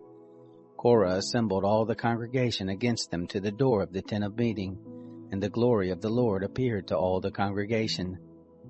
The Lord spoke to Moses and to Aaron, saying, "Separate yourselves from among this congregation, that I may consume them in a moment."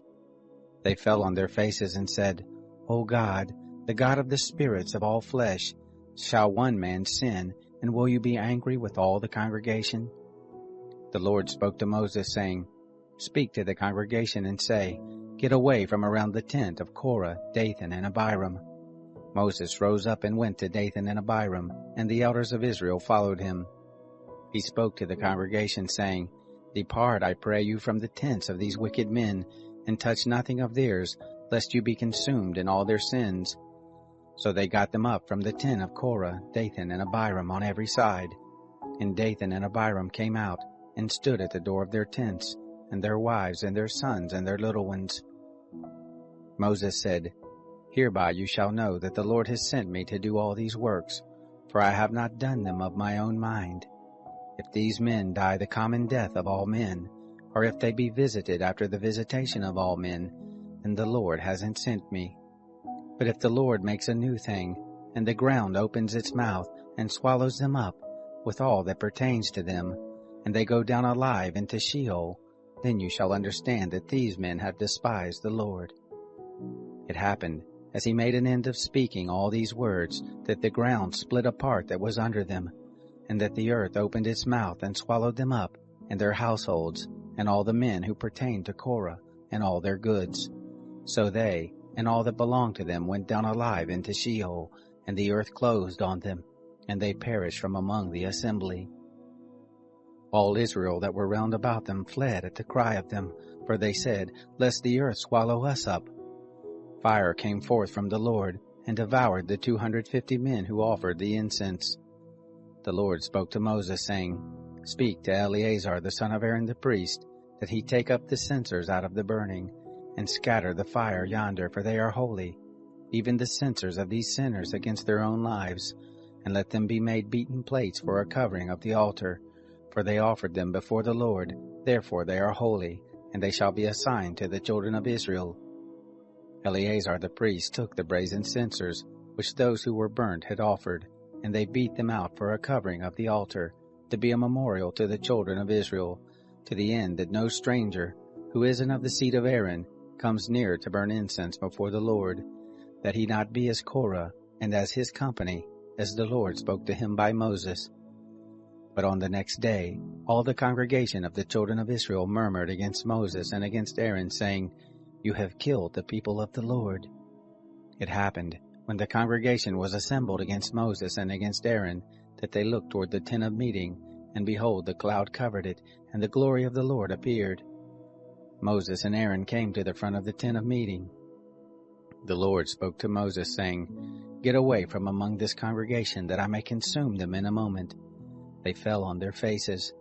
Moses said to Aaron, Take your censer, and put fire on it from off the altar, and lay incense on it, and carry it quickly to the congregation, and make atonement for them, for there is wrath gone out from the Lord, the plague has begun. Aaron took as Moses spoke, and ran into the midst of the assembly, and behold, the plague had begun among the people. And he put on the incense, and made atonement for the people. He stood between the dead and the living, and the plague was stopped. Now those who died by the plague were 14,700, besides those who died about the matter of Korah. Aaron returned to Moses to the door of the tent of meeting, and the plague was stopped. Chapter 17. The Lord spoke to Moses, saying, Speak to the children of Israel, and take of them rods, one for each father's house, of all their princes according to their fathers' houses, 12 rods. Write every man's name on his rod. You shall write Aaron's name on the rod of Levi, for there shall be 1 rod for each head of their fathers' houses.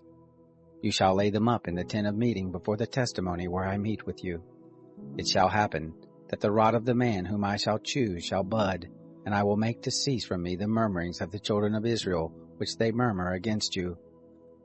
Moses spoke to the children of Israel, and all their princes gave him rods, for each prince 1 according to their fathers' houses, even 12 rods, and the rod of Aaron was among their rods. Moses laid up the rods before the Lord in the tent of the testimony. It happened on the next day that Moses went into the tent of the testimony, and behold, the rod of Aaron for the house of Levi was budded, and put forth buds, and produced blossoms, and bore ripe almonds. Moses brought out all the rods from before the Lord to all the children of Israel, and they looked, and took every man his rod. The Lord said to Moses, Put back the rod of Aaron before the testimony, to be kept for a token against the children of rebellion, that you may make an end of their murmurings against me, that they not die." Thus Moses did as the Lord commanded him. The children of Israel spoke to Moses, saying, "Behold, we perish, we are undone, we are all undone. Everyone who comes near to the tent of the Lord dies. Shall we perish all of us?" Chapter 18. The Lord said to Aaron, "You and your sons and your father's house with you shall bear the iniquity of the sanctuary, and you and your sons with you shall bear the iniquity of your priesthood. Your brothers also, the tribe of Levi, the tribe of your father, bring near with you, that they may be joined to you and minister to you. But you and your sons shall be before the tent of the testimony. They shall keep your charge, and the charge of all the tent. Only they shall not come near to the vessels of the sanctuary and to the altar, that they not die, neither they nor you. They shall be joined to you, and keep the charge of the tent of meeting for all the service of the tent, and a stranger shall not come near to you. You shall keep the charge of the sanctuary and the charge of the altar, that there be wrath no more on the children of Israel. Behold, I have taken your brothers the Levites from among the children of Israel. To you they are a gift, given to the Lord to do the service of the tent of meeting. You and your sons with you shall keep your priesthood for everything of the altar, and for that within the veil, and you shall serve. I give you the priesthood as a service of gift, and the stranger who comes near shall be put to death." The Lord spoke to Aaron, Behold, I have given you the charge of my heave offerings, even all the holy things of the children of Israel. To you have I given them by reason of the anointing, and to your sons as a portion forever. This shall be yours of the most holy things, reserved from the fire. Every offering of theirs, even every meal offering of theirs, and every sin offering of theirs, and every trespass offering of theirs, which they shall render to me, shall be most holy for you and for your sons. As the most holy things shall you eat of it, every male shall eat of it, it shall be holy to you. This is yours, the heave offering of their gift, even all the wave offerings of the children of Israel. I have given them to you and to your sons and to your daughters with you, as a portion forever. Everyone who is clean in your house shall eat of it. All the best of the oil, and all the best of the vintage and of the grain, the first fruits of them which they give to the Lord, to you have I given them. The first ripe fruits of all that is in their land, which they bring to the Lord, shall be yours. Everyone who is clean in your house shall eat of it. Everything devoted in Israel shall be yours. Everything that opens the womb of all flesh which they offer to the Lord, both of man and animal, shall be yours. Nevertheless, the firstborn of man shall you surely redeem, and the firstborn of unclean animals shall you redeem. Those who are to be redeemed of them from a month old shall you redeem, according to your estimation, for the money of 5 shekels, after the shekel of the sanctuary. The same is 20 gerahs. But the firstborn of a cow, or the firstborn of a sheep, or the firstborn of a goat you shall not redeem. They are holy. You shall sprinkle their blood on the altar, and shall burn their fat for an offering made by fire, for a sweet savor to the Lord. The flesh of them shall be yours, as the way breast, and as the right thigh it shall be yours. All the heave offerings of the holy things which the children of Israel offer to the Lord have I given you, and your sons and your daughters with you, as a portion forever. It is a covenant of salt forever before the Lord to you and to your seed with you. The Lord said to Aaron, You shall have no inheritance in their land, neither shall you have any portion among them. I am your portion, and your inheritance among the children of Israel. To the children of Levi, behold, I have given all the tithe in Israel for an inheritance, in return for their service which they serve, even the service of the tent of meeting. Henceforth the children of Israel shall not come near the tent of meeting, lest they bear sin and die. But the Levites shall do the service of the tent of meeting, and they shall bear their iniquity. It shall be a statute forever throughout your generations, and among the children of Israel they shall have no inheritance. For the tithe of the children of Israel, which they offer as a heave offering to the Lord, I have given to the Levites for an inheritance. Therefore I have said to them, Among the children of Israel they shall have no inheritance. The Lord spoke to Moses, saying, Moreover you shall speak to the Levites and tell them, When you take of the children of Israel the tithe which I have given you from them for your inheritance, then you shall offer up a heave offering of it for the Lord, a tithe of the tithe. Your heave offering shall be reckoned to you, as though it were the grain of the threshing floor, and as the fullness of the winepress.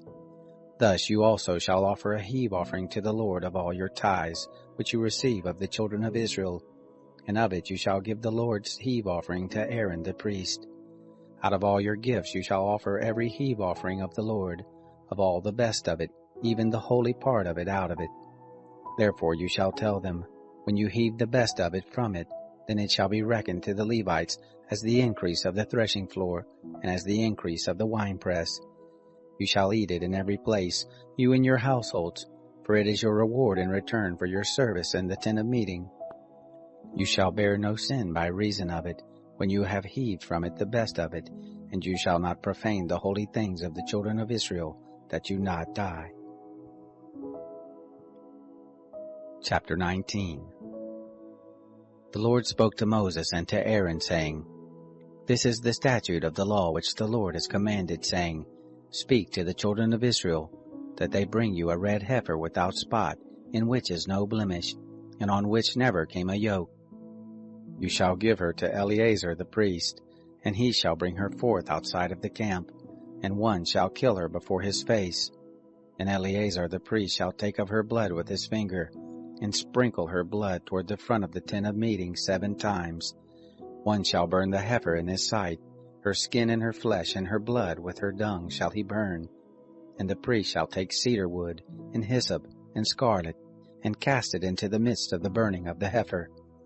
Then the priest shall wash his clothes, and he shall bathe his flesh in water, and afterward he shall come into the camp, and the priest shall be unclean until the evening. He who burns her shall wash his clothes in water, and bathe his flesh in water, and shall be unclean until the evening. A man who is clean shall gather up the ashes of the heifer, and lay them up outside of the camp in a clean place, and it shall be kept for the congregation of the children of Israel, for a water for impurity. It is a sin offering.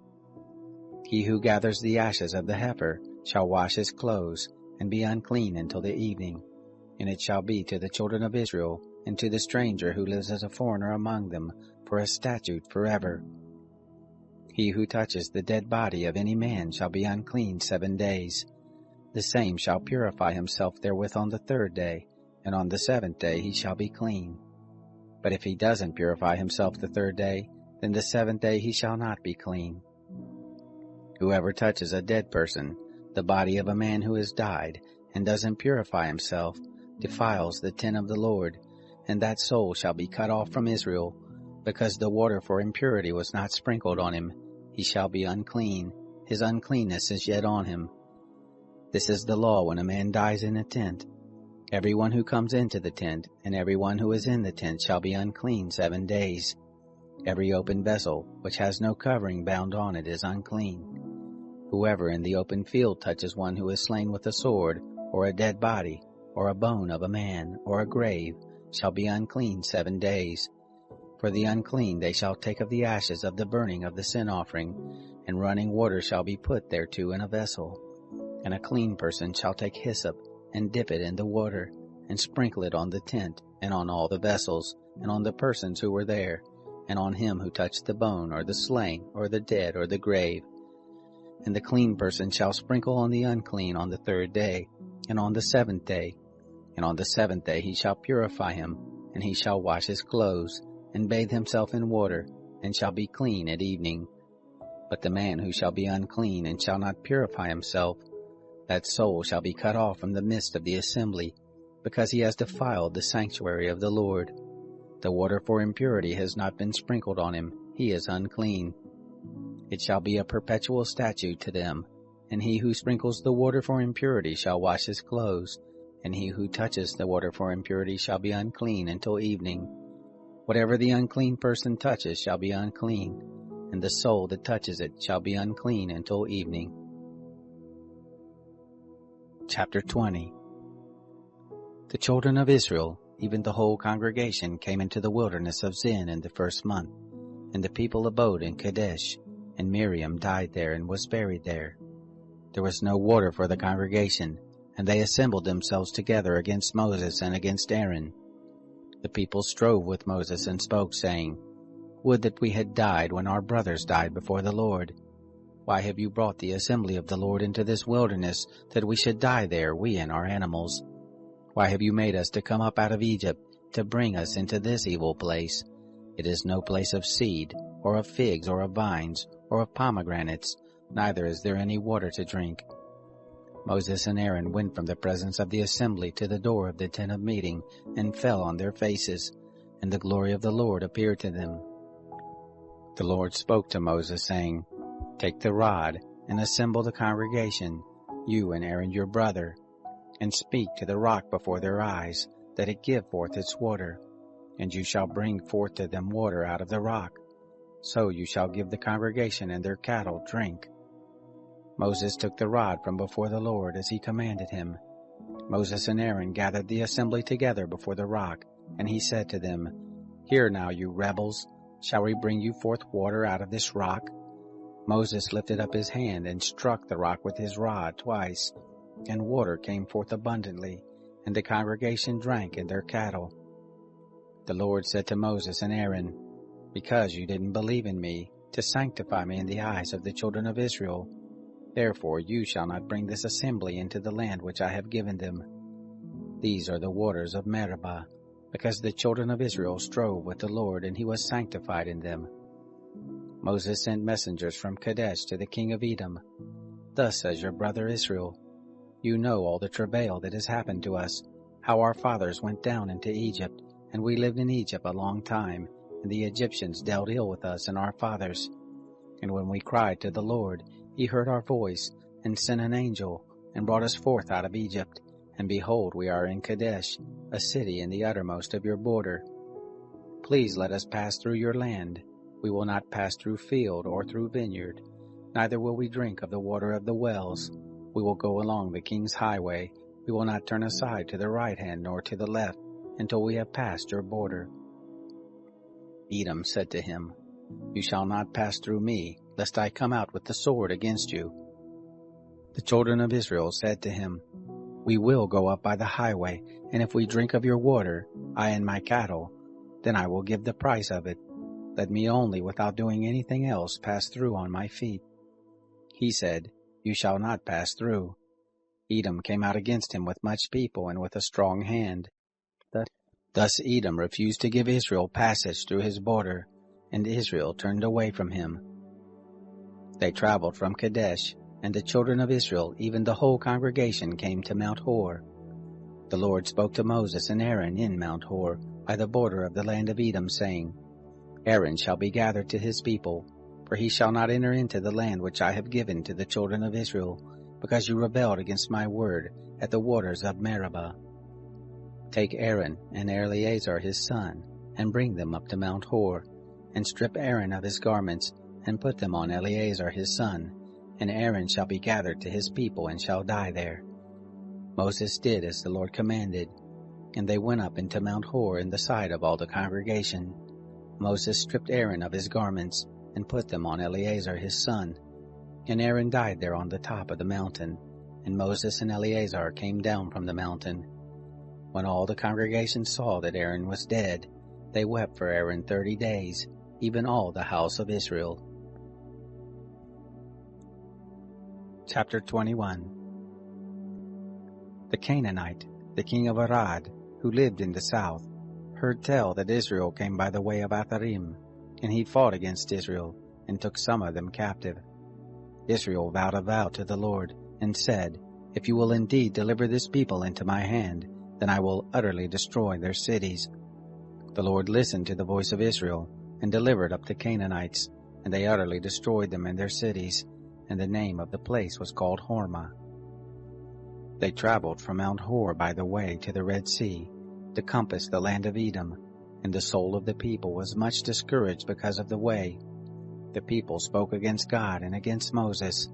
Why have you brought us up out of Egypt to die in the wilderness? For there is no bread and there is no water, and our soul loathes this light bread. The Lord sent fiery serpents among the people, and they bit the people, and many of the people of Israel died. The people came to Moses and said, "We have sinned because we have spoken against the Lord and against you. Pray to the Lord that he take away the serpents from us." Moses prayed for the people. The Lord said to Moses, "Make a fiery serpent and set it on a pole, and it shall happen that everyone who is bitten when he sees it shall live." Moses made a serpent of brass and set it on the standard, and it happened that if a serpent had bitten any man, when he looked to the serpent of brass, he lived. The children of Israel traveled and encamped in Oboth. They traveled from Oboth and encamped at Iyabarim, in the wilderness which is before Moab toward the sunrise. From there they traveled and encamped in the valley of Zered.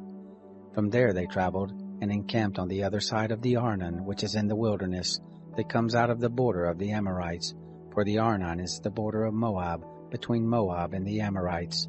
Therefore it is said in the book of the wars of the Lord, Bahab and Suphah, the valleys of the Arnon, the slope of the valleys that inclines toward the dwelling of Ar, leans on the border of Moab. From there they traveled to Beer. That is the well of which the Lord said to Moses, "Gather the people together, and I will give them water." Then sang Israel this song, "Spring up, O well, sing to it, the well which the princes dug, which the nobles of the people dug, with the scepter and with their poles." From the wilderness they traveled to Mattanah, and from Mattanah to Nahaliel, and from Nahaliel to Barmoth, and from Barmoth to the valley that is in the field of Moab, to the top of Pisgah, which looks down on the desert. Israel sent messengers to Sihon, the king of the Amorites, saying, "Let me pass through your land. We will not turn aside into field or into vineyard. We will not drink of the water of the wells. We will go by the king's highway until we have passed your border." Sihon would not allow Israel to pass through his border, but Sihon gathered all his people together and went out against Israel into the wilderness, and came to Jahaz, and he fought against Israel. Israel struck him with the edge of the sword, and possessed his land from the Arnon to the Jabbok, even to the children of Ammon, for the border of the children of Ammon was strong. Israel took all these cities, and Israel lived in all the cities of the Amorites, in Heshbon and all the towns of it.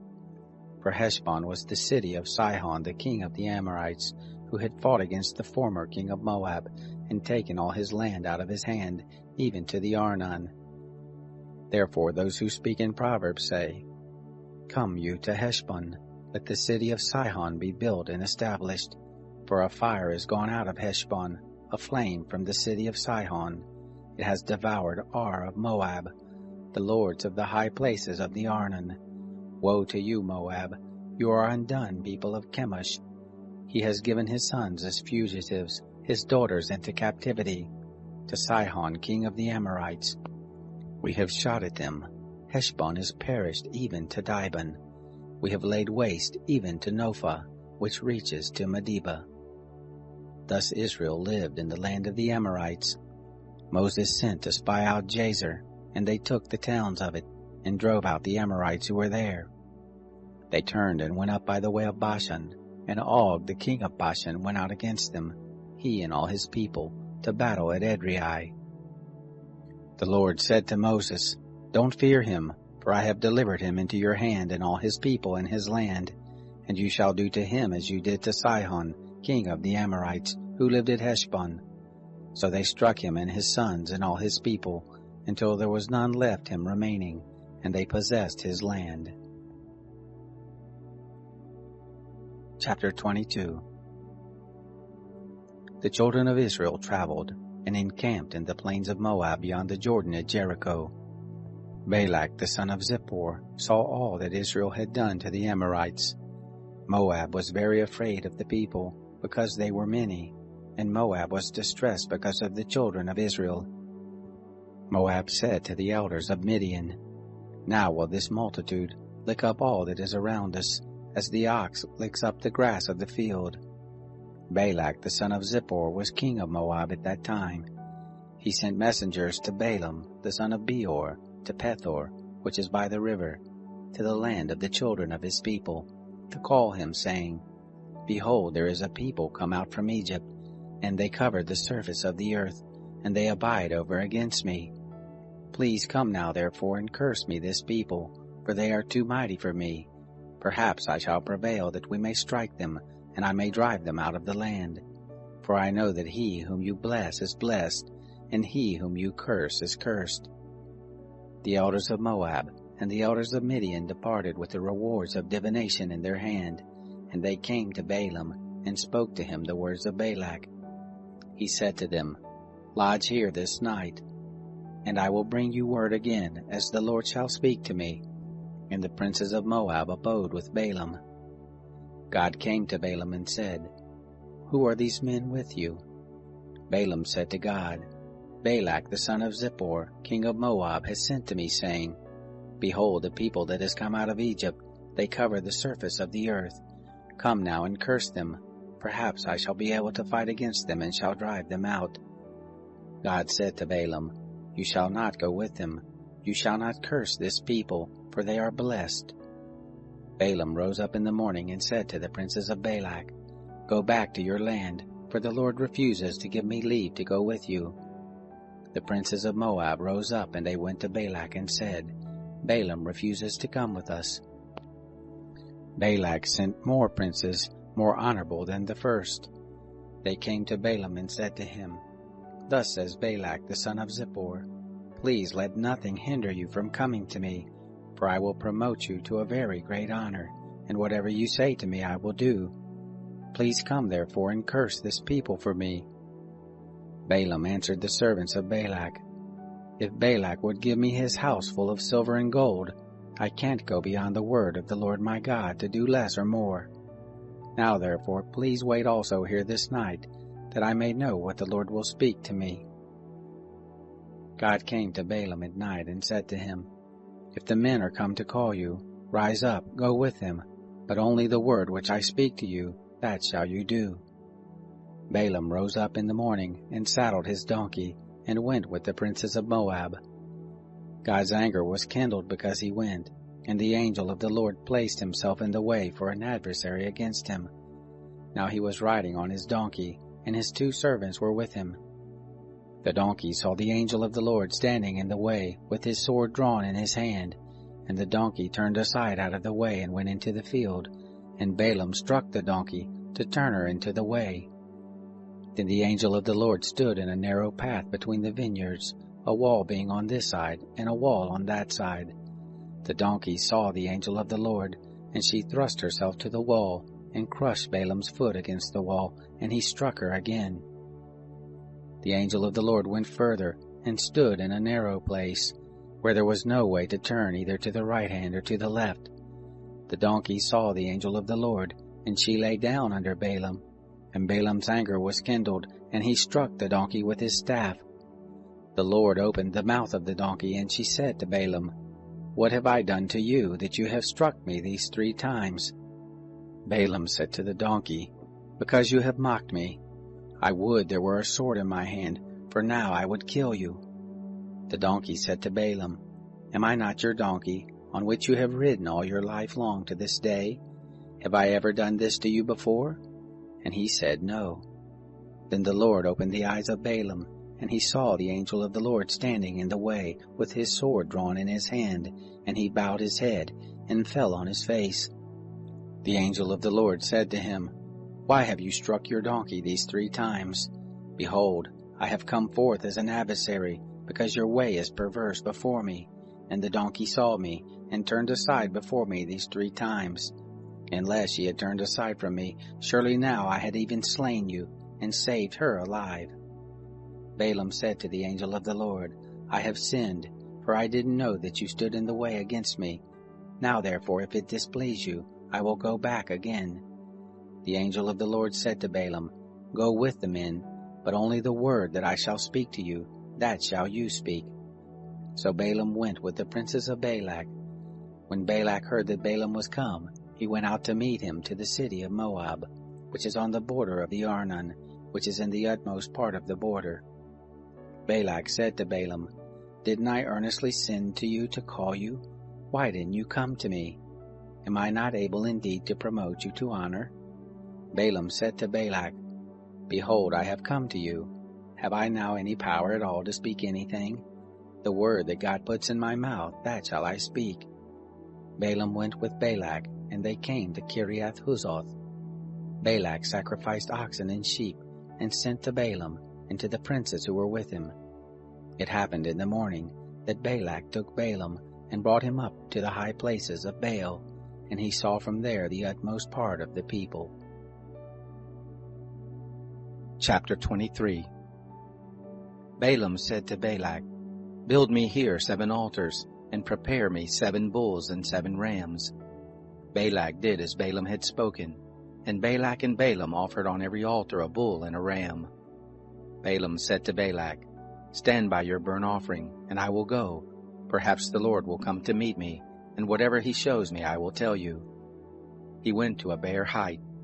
God met Balaam, and he said to him, I have prepared the 7 altars, and I have offered up a bull and a ram on every altar. The Lord put a word in Balaam's mouth and said, Return to Balak, and thus shall you speak. He returned to him, and behold, he was standing by his burnt offering, he and all the princes of Moab. He took up his parable and said, From Aram has Balak brought me, the king of Moab from the mountains of the east. Come, curse me Jacob, come and defy Israel. How shall I curse, whom God has not cursed? How shall I defy, whom the Lord has not defied? For from the top of the rocks I see him, from the hills I see him. Behold, it is a people that dwells alone, and shall not be reckoned among the nations. Who can count the dust of Jacob, or number the 4th part of Israel? Let me die the death of the righteous. Let my last end be like his. Balak said to Balaam, What have you done to me? I took you to curse my enemies, and behold, you have blessed them altogether. He answered and said, Must I not take heed to speak that which the Lord puts in my mouth? Balak said to him, Please come with me to another place, from where you may see them. You shall but see the small part of them, and shall not see them all, and curse them from there. He took him into the field of Zophim, to the top of Pisgah, and built 7 altars, and offered up a bull and a ram on every altar. He said to Balak, Stand here by your burnt offering, while I meet the Lord yonder. The Lord met Balaam, and put a word in his mouth, and said, Return to Balak, and thus shall you speak. He came to him, and behold, he was standing by his burnt offering, and the princes of Moab with him. Balak said to him, What has the Lord spoken? He took up his parable and said, Rise up, Balak, and hear. Listen to me, you son of Zippor. God is not a man that he should lie, neither the son of man that he should repent. Has he said, and will he not do it? Or has he spoken, and will he not make it good? Behold, I have received commandment to bless. He has blessed, and I can't reverse it. He has not seen iniquity in Jacob, neither has he seen perverseness in Israel. The Lord his God is with him. The shout of a king is among them. God brings them forth out of Egypt. He has, as it were, the strength of the wild ox. Surely there is no enchantment with Jacob, neither is there any divination with Israel. Now shall it be said of Jacob and of Israel, What has God done? Behold, the people rises up as a lioness. As a lion does he lift himself up. He shall not lie down until he eats of the prey, and drinks the blood of the slain. Balak said to Balaam, Neither curse them at all, nor bless them at all. But Balaam answered Balak, Didn't I tell you, saying, All that the Lord speaks, that I must do? Balak said to Balaam, Come now, I will take you to another place. Perhaps it will please God that you may curse them from there. Balak took Balaam to the top of Peor, that looks down on the desert. Balaam said to Balak, Build me here 7 altars, and prepare me here 7 bulls and 7 rams. Balak did as Balaam had said, and offered up a bull and a ram on every altar. Chapter 24. When Balaam saw that it pleased the Lord to bless Israel, he didn't go as at the other times to meet with enchantments, but he set his face toward the wilderness. Balaam lifted up his eyes, and he saw Israel dwelling according to their tribes, and the Spirit of God came on him. He took up his parable and said, Balaam the son of Beor says, The man whose eye was closed says, He says who hears the words of God, who sees the vision of the Almighty, falling down and having his eyes open. How goodly are your tents, Jacob, your tents, O Israel! As valleys are they spread forth, as gardens by the riverside, as aloes which the Lord has planted, as cedar trees beside the waters. Water shall flow from his buckets, his seed shall be in many waters. His king shall be higher than Agag, his kingdom shall be exalted. God brings him forth out of Egypt. He has, as it were, the strength of the wild ox. He shall eat up the nations as his adversaries. He shall break their bones in pieces, and smite them through with his arrows. He couched, he lay down as a lioness who shall rouse him up? Blessed be everyone who blesses you, cursed be everyone who curses you. Balak's anger was kindled against Balaam, and he struck his hands together, and Balak said to Balaam, I called you to curse my enemies, and behold, you have altogether blessed them these 3 times. Therefore now flee to your place. I thought to promote you to great honor, but behold, the Lord has kept you back from honor. Balaam said to Balak, Didn't I also tell your messengers whom you sent to me, saying, If Balak would give me his house full of silver and gold, I can't go beyond the word of the Lord to do either good or bad of my own mind. What the Lord speaks, that will I speak. Now, behold, I go to my people. Come, and I will show you what this people shall do to your people in the latter days. He took up his parable and said, Balaam the son of Beor says, The man whose eye was closed says, He says who hears the words of God, and knows the knowledge of the Most High, who sees the vision of the Almighty, falling down and having his eyes open. I see him, but not now. I see him, but not near. There shall come forth a star out of Jacob, a scepter shall rise out of Israel, and shall strike through the corners of Moab, and break down all the sons of tumult. Edom shall be a possession, and Seir also shall be a possession, who were his enemies, while Israel does valiantly. Out of Jacob shall one have dominion. He shall destroy the remnant from the city. He looked at Amalek, and took up his parable, and said, Amalek was the first of the nations, but his latter end shall come to destruction. He looked at the Kenite, and took up his parable, and said, Strong is your dwelling place, your nest is set in the rock. Nevertheless Cain shall be wasted, until Asher shall carry you away captive. He took up his parable, and said, Alas, who shall live when God does this? But ships shall come from the coast of Kittim. They shall afflict Asher, and shall afflict Eber. He also shall come to destruction. Balaam rose up and went, and returned to his place, and Balak also went his way. Chapter 25. Israel abode in Shittim, and the people began to play the prostitute with the daughters of Moab, for they called the people to the sacrifices of their gods, and the people ate, and bowed down to their gods. Israel joined himself to Baal Peor, and the anger of the Lord was kindled against Israel. The Lord said to Moses, Take all the chiefs of the people, and hang them up to the Lord before the sun, that the fierce anger of the Lord may turn away from Israel.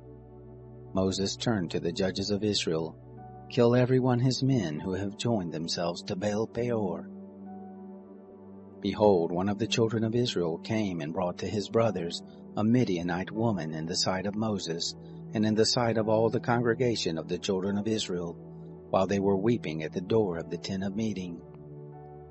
When Phinehas, the son of Eleazar, the son of Aaron the priest, saw it, he rose up from the midst of the congregation, and took a spear in his hand, and he went after the man of Israel into the pavilion, and thrust both of them through, the man of Israel and the woman through her body. So the plague was stayed from the children of Israel. Those who died by the plague were 24,000. The Lord spoke to Moses, saying, Phinehas, the son of Eleazar, the son of Aaron the priest, has turned my wrath away from the children of Israel, in that he was jealous with my jealousy among them, so that I didn't consume the children of Israel in my jealousy. Therefore say, Behold, I give to him my covenant of peace, and it shall be to him and to his seed after him the covenant of an everlasting priesthood, because he was jealous for his God, and made atonement for the children of Israel. Now the name of the man of Israel that was slain, who was slain with the Midianite woman, was Zimri, the son of Salu, a prince of a father's house among the Simeonites. The name of the Midianite woman who was slain was Cozbi, the daughter of Zur. He was head of the people of a father's house in Midian.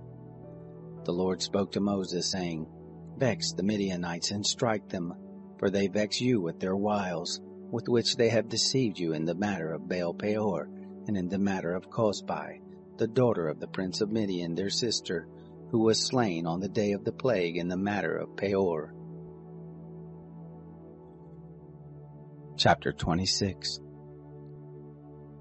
It happened after the plague that the Lord spoke to Moses and to Eleazar the son of Aaron the priest, saying, Take the sum of all the congregation of the children of Israel, from 20 years old and upward, by their fathers' houses, all who are able to go forth to war in Israel.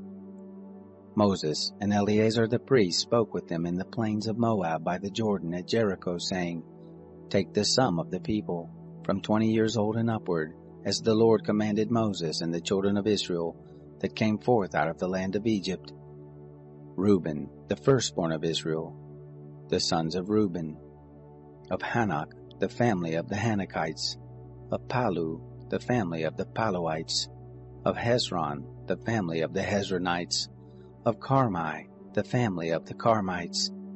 These are the families of the Reubenites, and those who were numbered of them were 43,730. The sons of Palu, Eliab, the sons of Eliab, Nemuel, and Dathan, and Abiram. These are that Dathan and Abiram who were called of the congregation, who strove against Moses and against Aaron in the company of Korah, when they strove against the Lord.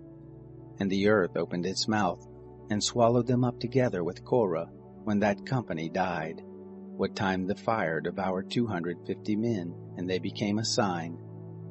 Notwithstanding, the sons of Korah didn't die. The sons of Simeon after their families, of Nemuel, the family of the Nemuelites, of Jamin, the family of the Jaminites, of Jachin, the family of the Jachinites, of Zerah, the family of the Zerahites, of Shaul, the family of the Shaulites. These are the families of the Simeonites, 22,200. The sons of Gad after their families, of Zephon, the family of the Zephonites, of Haggai, the family of the Haggites, of Shuni, the family of the Shunites, of Ozni, the family of the Oznites, of Eri, the family of the Erites, of Arad, the family of the Aradites, of Areli, the family of the Arelites. These are the families of the sons of Gad, according to those who were numbered of them, 40,500. The sons of Judah, and Onan. And and Onan died in the land of Canaan.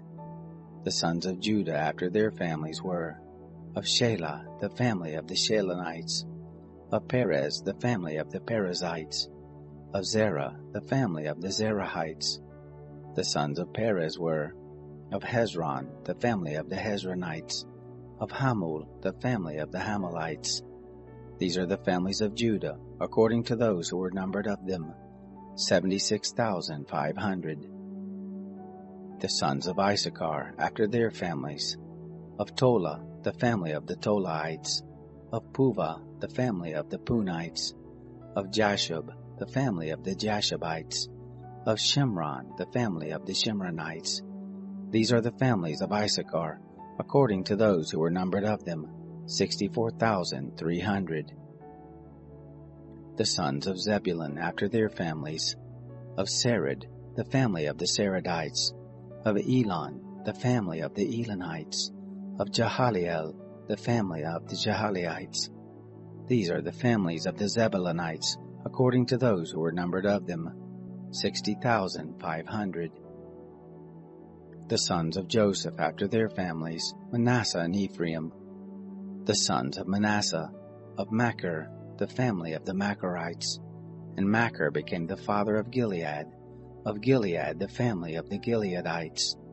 These are the sons of Gilead, of Iezer, the family of the Iezerites, of Helek, the family of the Helekites, of Asriel, the family of the Asrielites, of Shechem, the family of the Shechemites, and of Shemida, the family of the Shemaites, of Hepher, the family of the Hepherites. Zelophehad, the son of Hepher, had no sons but daughters, and the names of the daughters of Zelophehad were Mahlah and Noah, Hoglah, Milcah, and Tirzah.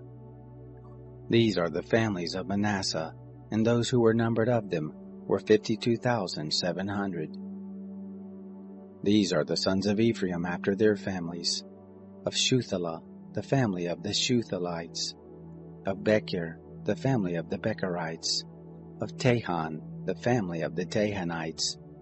These are the sons of Shuthelah, of Aaron, the family of the Aaronites.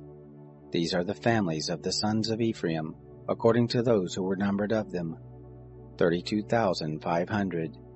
These are the sons of Joseph after their families. The sons of Benjamin after their families, of Bela, the family of the Baalites, of Ashbel, the family of the Ashbelites, of Ahiram, the family of the Ahiramites, of Shephupham, the family of the Shuphamites, of Hupham, the family of the Huphamites. The sons of Bela were Ard and Naaman, of Ard, the family of the Ardites, of Naaman, the family of the Naamites. These are the sons of Benjamin after their families, and those who were numbered of them were 45,600. These are the sons of Dan after their families, of Shuham, the family of the Shuhamites. These are the families of Dan after their families. All the families of the Shuhamites, according to those who were numbered of them, were 64,400. The sons of Asher after their families, of Imnah, the family of the Imnites, of Ishvi, the family of the Ishvites, of Beriah, the family of the Berites, of the sons of Beriah, of Heber, the family of the Heberites, of Malchiel, the family of the Malchielites. The name of the daughter of Asher was Sarah. These are the families of the sons of Asher according to those who were numbered of them, 53,400. The sons of Naphtali after their families, of Jasiel, the family of the Jasielites, of Gunai, the family of the Gunites, of Jezer, the family of the Jezerites, of Shillem, the family of the Shillemites. These are the families of Naphtali according to their families, and those who were numbered of them were 45,400. These are those who were numbered of the children of Israel, 601,730. The Lord spoke to Moses, saying, To these the land shall be divided for an inheritance according to the number of names. To the more you shall give the more inheritance, and to the fewer you shall give the less inheritance. To everyone according to those who were numbered of him shall his inheritance be given. Notwithstanding, the land shall be divided by lot. According to the names of the tribes of their fathers they shall inherit. According to the lot shall their inheritance be divided between the more and the fewer. These are those who were numbered of the Levites, after their families. Of Gershon, the family of the Gershonites. Of Kohath, the family of the Kohathites. Of Merari, the family of the Merarites. These are the families of Levi. The family of the Libnites, the family of the Hebronites, the family of the Malites, the family of the Mushites, the family of the Korahites. Kohath became the father of Amram. The name of Amram's wife was Jochebed, the daughter of Levi, who was born to Levi in Egypt. And she bore to Amram Aaron and Moses, and Miriam their sister. To Aaron was born Nadab, and Abihu, Eleazar and Ithamar. Nadab and Abihu died when they offered strange fire before the Lord. Those who were numbered of them were 23,000, every male from a month old and upward, for they were not numbered among the children of Israel, because there was no inheritance given them among the children of Israel. These are those who were numbered by Moses and Eleazar the priest, who numbered the children of Israel in the plains of Moab by the Jordan at Jericho. But among these there was not a man of them who were numbered by Moses and Aaron the priest, who numbered the children of Israel in the wilderness of Sinai. For the Lord had said of them, They shall surely die in the wilderness. There was not left a man of them, save Caleb the son of Jephunneh, and Joshua the son of Nun. Chapter 27. Then drew near the daughters of Zelophehad, the son of Hepher, the son of Gilead, the son of Machir, the son of Manasseh, of the families of Manasseh the son of Joseph. And these are the names of his daughters, Mahlah, Noah, and Hoglah, and Milcah, and Tirzah. They stood before Moses, and before Eleazar the priest, and before the princes and all the congregation, at the door of the tent of meeting, saying, Our father died in the wilderness, and he was not among the company of those who gathered themselves together against the Lord in the company of Korah, but he died in his own sin, and he had no sons. Why should the name of our father be taken away from among his family, because he had no son? Give us a possession among the brothers of our father. Moses brought their cause before the Lord. The Lord spoke to Moses, saying, The daughters of Zelophehad speak right. You shall surely give them a possession of an inheritance among their father's brothers, and you shall cause the inheritance of their father to pass to them. You shall speak to the children of Israel, saying, If a man dies and has no son, then you shall cause his inheritance to pass to his daughter. If he has no daughter, then you shall give his inheritance to his brothers. If he has no brothers, then you shall give his inheritance to his father's brothers. If his father has no brothers, then you shall give his inheritance to his kinsman who is next to him of his family, and he shall possess it, and it shall be to the children of Israel a statute and an ordinance, as the Lord commanded Moses. The Lord said to Moses, Go up into this mountain of Abiram, and see the land which I have given to the children of Israel. When you have seen it, you also shall be gathered to your people, as Aaron your brother was gathered, because you rebelled against my word in the wilderness of Zin, in the strife of the congregation, to sanctify me at the waters before their eyes. These are the waters of Meribah of Kadesh, in the wilderness of Sin. Moses spoke to the Lord, saying, Let the Lord, the God of the spirits of all flesh, appoint a man over the congregation, who may go out before them, and who may come in before them, and who may lead them out, and who may bring them in, that the congregation of the Lord not be as sheep which have no shepherd. The Lord said to Moses, Take Joshua the son of Nun, a man in whom is the Spirit, and lay your hand on him, and set him before Eleazar the priest, and before all the congregation, and give him a charge in their sight. You shall put of your honor on him, that all the congregation of the children of Israel may obey. He shall stand before Eleazar the priest, who shall inquire for him by the judgment of the Urim before the Lord. At his word shall they go out, and at his word shall they come in, both he and all the children of Israel with him, even all the congregation. Moses did as the Lord commanded him, and he took Joshua, and set him before Eleazar the priest, and before all the congregation, and he laid his hands on him, and gave him a charge, as the Lord spoke by Moses. Chapter 28. The Lord spoke to Moses, saying, Command the children of Israel, and tell them, My offering, my food for my offerings made by fire, of a sweet savor to me, shall you observe to offer to me in their due season. You shall tell them, This is the offering made by fire which you shall offer to the Lord. He-lambs a year old without blemish, 2 day by day, for a continual burnt offering. The one lamb you shall offer in the morning, and the other lamb you shall offer at evening. And the 10th part of an ephah of fine flour for a meal offering, mixed with the 4th part of a hin of beaten oil. It is a continual burnt offering, which was ordained in Mount Sinai for a sweet savor, an offering made by fire to the Lord.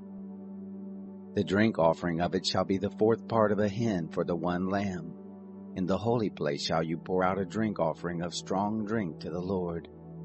The other lamb shall you offer at evening, as the meal offering of the morning, and as the drink offering of it you shall offer it, an offering made by fire, of a sweet savor to the Lord. On the Sabbath day, 2 he-lambs a year old without blemish, and 2/10 parts of an ephah of fine flour for a meal offering mixed with oil, and the drink offering. This is the burnt offering of every Sabbath, besides the continual burnt offering and the drink offering.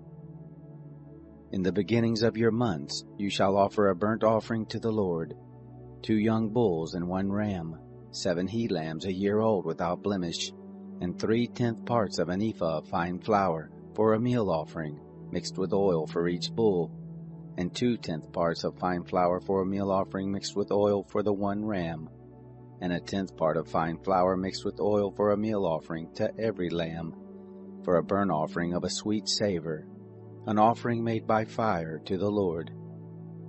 Their drink offering shall be half a hin of wine for a bull, and the third part of a hin for the ram, and the fourth part of a hin for a lamb.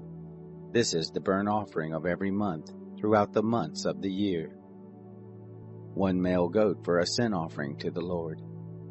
It shall be offered besides the continual burnt offering and the drink offering. In the first month, on the 14th day of the month, is the Lord's Passover. On the 15th day of this month shall be a feast. 7 days shall unleavened bread be eaten. In the first day shall be a holy convocation. You shall do no servile work, but you shall offer an offering made by fire, a burnt offering to the Lord, 2 young bulls and 1 ram, and 7 he-lambs a year old. They shall be to you without blemish. And their meal offering, fine flour mixed with oil, 3/10 parts you shall offer for a bull, and 2/10 parts for a ram. 1/10 part shall you offer for every lamb of the 7 lambs, and 1 male goat for a sin offering, to make atonement for you. You shall offer these besides the burnt offering of the morning, which is for a continual burnt offering. After this manner you shall offer daily, for 7 days, the food of the offering made by fire, of a sweet savor to the Lord. It shall be offered besides the continual burnt offering and the drink offering. On the 7th day you shall have a holy convocation. You shall do no servile work. Also in the day of the firstfruits, when you offer a new meal offering to the Lord in your feast of weeks, you shall have a holy convocation. You shall do no servile work. But you shall offer a burnt offering for a sweet savor to the Lord, 2 young bulls, 1 ram, 7 he-lambs a year old, and their meal offering, fine flour mixed with oil, 3/10 parts for each bull, 2/10 parts for the 1 ram, 1/10 part for every lamb of the 7 lambs, 1 male goat, to make atonement for you. Besides the continual burnt offering and the meal offering, you shall offer them. They shall be to you without blemish, and their drink offerings. Chapter 29. In the 7th month, on the 1st day of the month, you shall have a holy convocation. You shall do no servile work. It is a day of blowing of trumpets to you. You shall offer a burnt offering for a sweet savor to the Lord, 1 young bull, 1 ram, 7 he-lambs a year old without blemish, and their meal offering, fine flour mixed with oil, 3/10 parts for the bull, 2/10 parts for the ram, and 1/10 part for every lamb of the 7 lambs, and 1 male goat for a sin offering, to make atonement for you.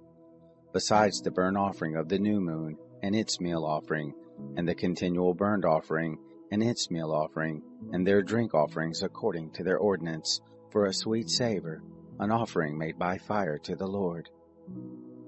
On the 10th day of this 7th month you shall have a holy convocation, and you shall afflict your souls. You shall do no manner of work, but you shall offer a burnt offering to the Lord for a sweet savor, 1 young bull, 1 ram, 7 he-lambs a year old. They shall be to you without blemish, and their meal offering, fine flour mixed with oil, 3/10 parts for the bull, 2/10 parts for the one ram, 1/10 part for every lamb of the 7 lambs, 1 male goat for a sin offering, besides the sin offering of atonement, and the continual burnt offering and its meal offerings and their drink offerings. On the 15th day of the 7th month you shall have a holy convocation. You shall do no work, and you shall keep a feast to the Lord 7 days. And you shall offer a burnt offering, an offering made by fire, of a sweet savor to the Lord. 13 young bulls, 2 rams, 14 he-lambs a year old, they shall be without blemish. And their meal offering, fine flour mixed with oil, 3/10 parts for every bull of the 13 bulls, 2/10 parts for each ram of the 2 rams, and 1/10 part for every lamb of the 14 lambs, and 1 male goat for a sin offering, besides the continual burnt offering and its meal offerings and the drink offerings. On the 2nd day you shall offer 12 young bulls, 2 rams, 14 he-lambs a year old without blemish, and their meal offering and their drink offerings for the bulls, for the rams, and for the lambs, according to their number after the ordinance, and 1 male goat for a sin offering, besides the continual burnt offering and the meal offering and their drink offerings. On the 3rd day, 11 bulls, 2 rams, 14 he-lambs a year old without blemish, and their meal offering and their drink offerings for the bulls, for the rams, and for the lambs, according to their number after the ordinance, and 1 male goat for a sin offering, besides the continual burnt offering and its meal offering and its drink offering.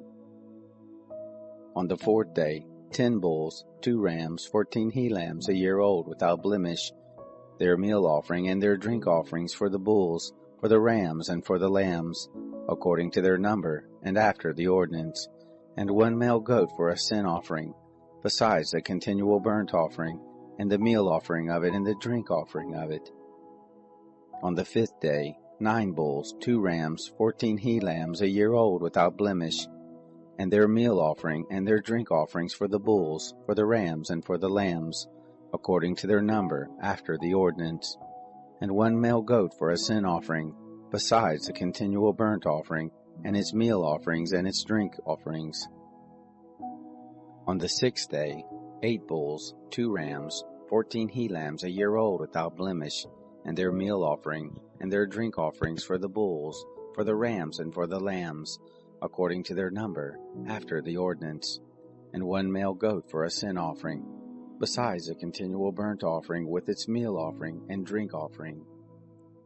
On the 7th day, 7 bulls, 2 rams, 14 he-lambs a year old without blemish, and their meal offering and their drink offerings for the bulls, for the rams, and for the lambs, according to their number after the ordinance, and 1 male goat for a sin offering, besides a continual burnt offering with its meal offering and drink offerings. On the 8th day you shall have a solemn assembly. You shall do no work, but you shall offer a burnt offering, an offering made by fire for a sweet savor to the Lord. 1 bull, 1 ram, 7 he-lambs a year old without blemish, their meal offerings and their drink offerings for the bull, for the ram, and for the lambs shall be according to their number after their ordinance, and 1 male goat for a sin offering, besides the continual burnt offering with its meal offering and drink offering.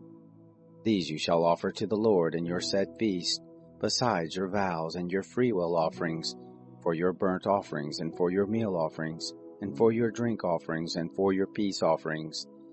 Moses told the children of Israel according to all that the Lord commanded Moses. Chapter 30. Moses spoke to the heads of the tribes of the children of Israel, saying, This is the thing which the Lord has commanded. When a man vows a vow to the Lord, or swears an oath to bind his soul with a bond, he shall not break his word. He shall do according to all that proceeds out of his mouth. Also, when a woman vows a vow to the Lord, and binds herself by a bond, being in her father's house in her youth, and her father hears her vow, and her bond with which she has bound her soul, and her father holds his peace at her, then all her vows shall stand, and every bond with which she has set a bound for her soul shall stand. But if her father disallow her in the day that he hears, none of her vows, or of her bonds with which she has bound her soul shall stand, and the Lord will forgive her, because her father disallowed her. If she is married to a husband while her vows are on her, or the rash utterance of her lips with which she has bound her soul, and her husband hears it, and holds his peace at her in the day that he hears it, then her vows shall stand, and her bonds with which she has bound her soul shall stand. But if her husband disallows her in the day that he hears it, then he shall make void her vow which is on her, and the rash utterance of her lips, with which she has bound her soul, and the Lord will forgive her. But the vow of a widow, or of her who is divorced, even everything with which she has bound her soul shall stand against her. If she vowed in her husband's house, or bound her soul by a bond with an oath, and her husband hear it, and held his peace at her, and didn't disallow her, then all her vows shall stand, and every bond with which she bound her soul shall stand. But if her husband made them null and void in the day that he heard them, then whatever proceeded out of her lips concerning her vows, or concerning the bond of her soul, shall not stand. Her husband has made them void, and the Lord will forgive her. Every vow and every binding oath to afflict the soul, her husband may establish it, or her husband may make it void. But if her husband altogether holds his peace at her from day to day, then he establishes all her vows, or all her bonds, which are on her. He has established them, because he held his peace at her in the day that he heard them. But if he shall make them null and void after that he has heard them, then he shall bear her iniquity. These are the statutes which the Lord commanded Moses between a man and his wife, between a father and his daughter, being in her youth, in her father's house. Chapter 31. The Lord spoke to Moses, saying, Avenge the children of Israel of the Midianites. Afterward you shall be gathered to your people. Moses spoke to the people, saying, Arm men from among you for the war, that they may go out against Midian, to execute the Lord's vengeance on Midian. Of every tribe 1,000, throughout all the tribes of Israel shall you send to the war. So there were delivered, out of the thousands of Israel, 1,000 of every tribe, 12,000 armed for war. Moses sent them, 1,000 of every tribe to the war, them and Phinehas the son of Eleazar the priest to the war, with the vessels of the sanctuary, and the trumpets for the alarm in his hand. They warred against Midian as the Lord commanded Moses, and they killed every male. They killed the kings of Midian with the rest of their slain, Evi and Rechem, and Zur, and Hur, and Reba, the 5 kings of Midian. Balaam also the son of Beor they killed with the sword. The children of Israel took captive the women of Midian and their little ones, and all their cattle, and all their flocks, and all their goods they took for a spoil. All their cities and the places in which they lived, and all their encampments they burnt with fire. They took all the spoil, and all the prey, both of man and of animal. They brought the captives and the prey and the spoil to Moses, and to Eleazar the priest, and to the congregation of the children of Israel, to the camp at the plains of Moab, which are by the Jordan at Jericho. Moses and Eleazar the priest and all the princes of the congregation went forth to meet them outside of the camp. Moses was angry with the officers of the host, the captains of thousands, and the captains of hundreds, who came from the service of the war. Moses said to them, Have you saved all the women alive? Behold, these caused the children of Israel, through the counsel of Balaam, to commit trespass against the Lord in the matter of Baal Peor, and so the plague was among the congregation of the Lord.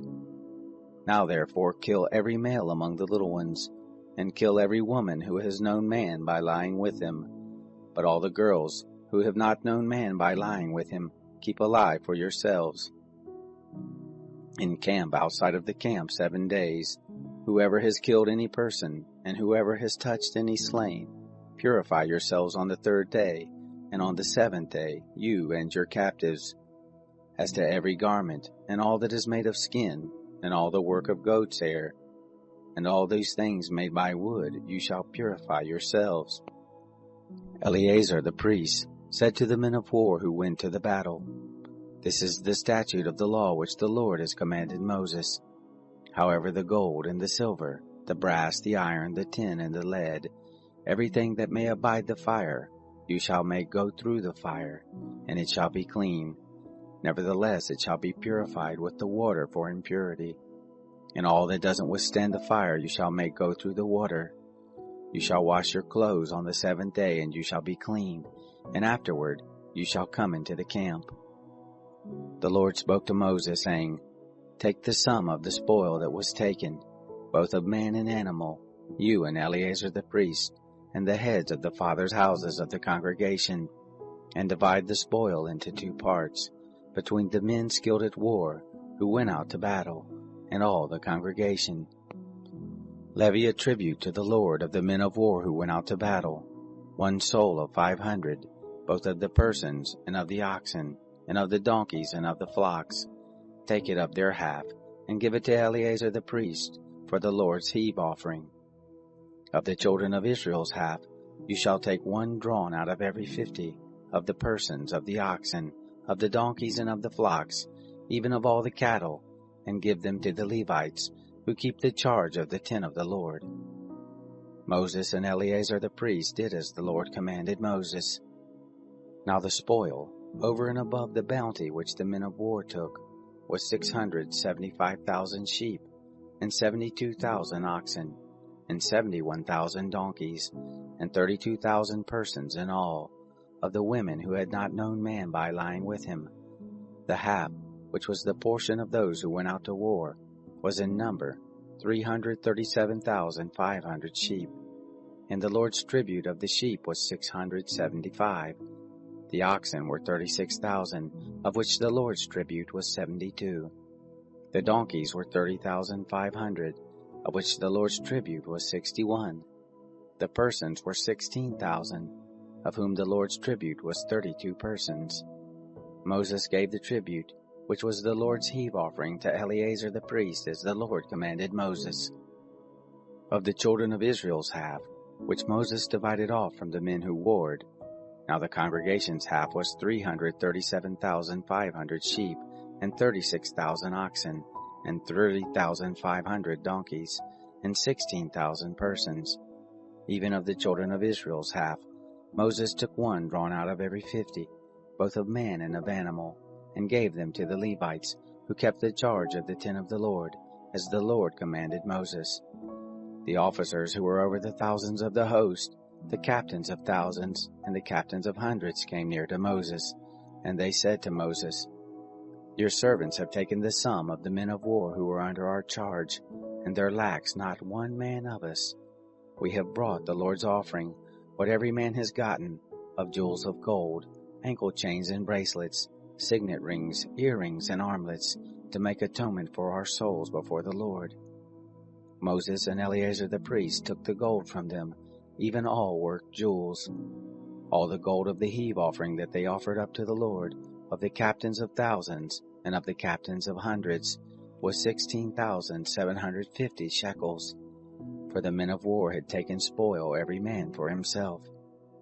Moses and Eleazar the priest took the gold of the captains of thousands and of hundreds, and brought it into the tent of meeting, for a memorial for the children of Israel before the Lord. Chapter 32. Now the children of Reuben and the children of Gad had a very great multitude of cattle. And when they saw the land of Jazer and the land of Gilead, that behold, the place was a place for cattle, the children of Gad and the children of Reuben came and spoke to Moses and to Eleazar the priest, and to the princes of the congregation, saying, Ataroth and Dibon and Jazer and Nimrah and Heshbon and Eleah and Sebam and Nebo and Beon, the land which the Lord struck before the congregation of Israel, is a land for cattle, and your servants have cattle. They said, If we have found favor in your sight, let this land be given to your servants for a possession. Don't bring us over the Jordan. Moses said to the children of Gad and to the children of Reuben, Shall your brothers go to the war, and shall you sit here? Why do you discourage the heart of the children of Israel from going over into the land which the Lord has given them? Thus did your fathers, when I sent them from Kadesh Barnea to see the land.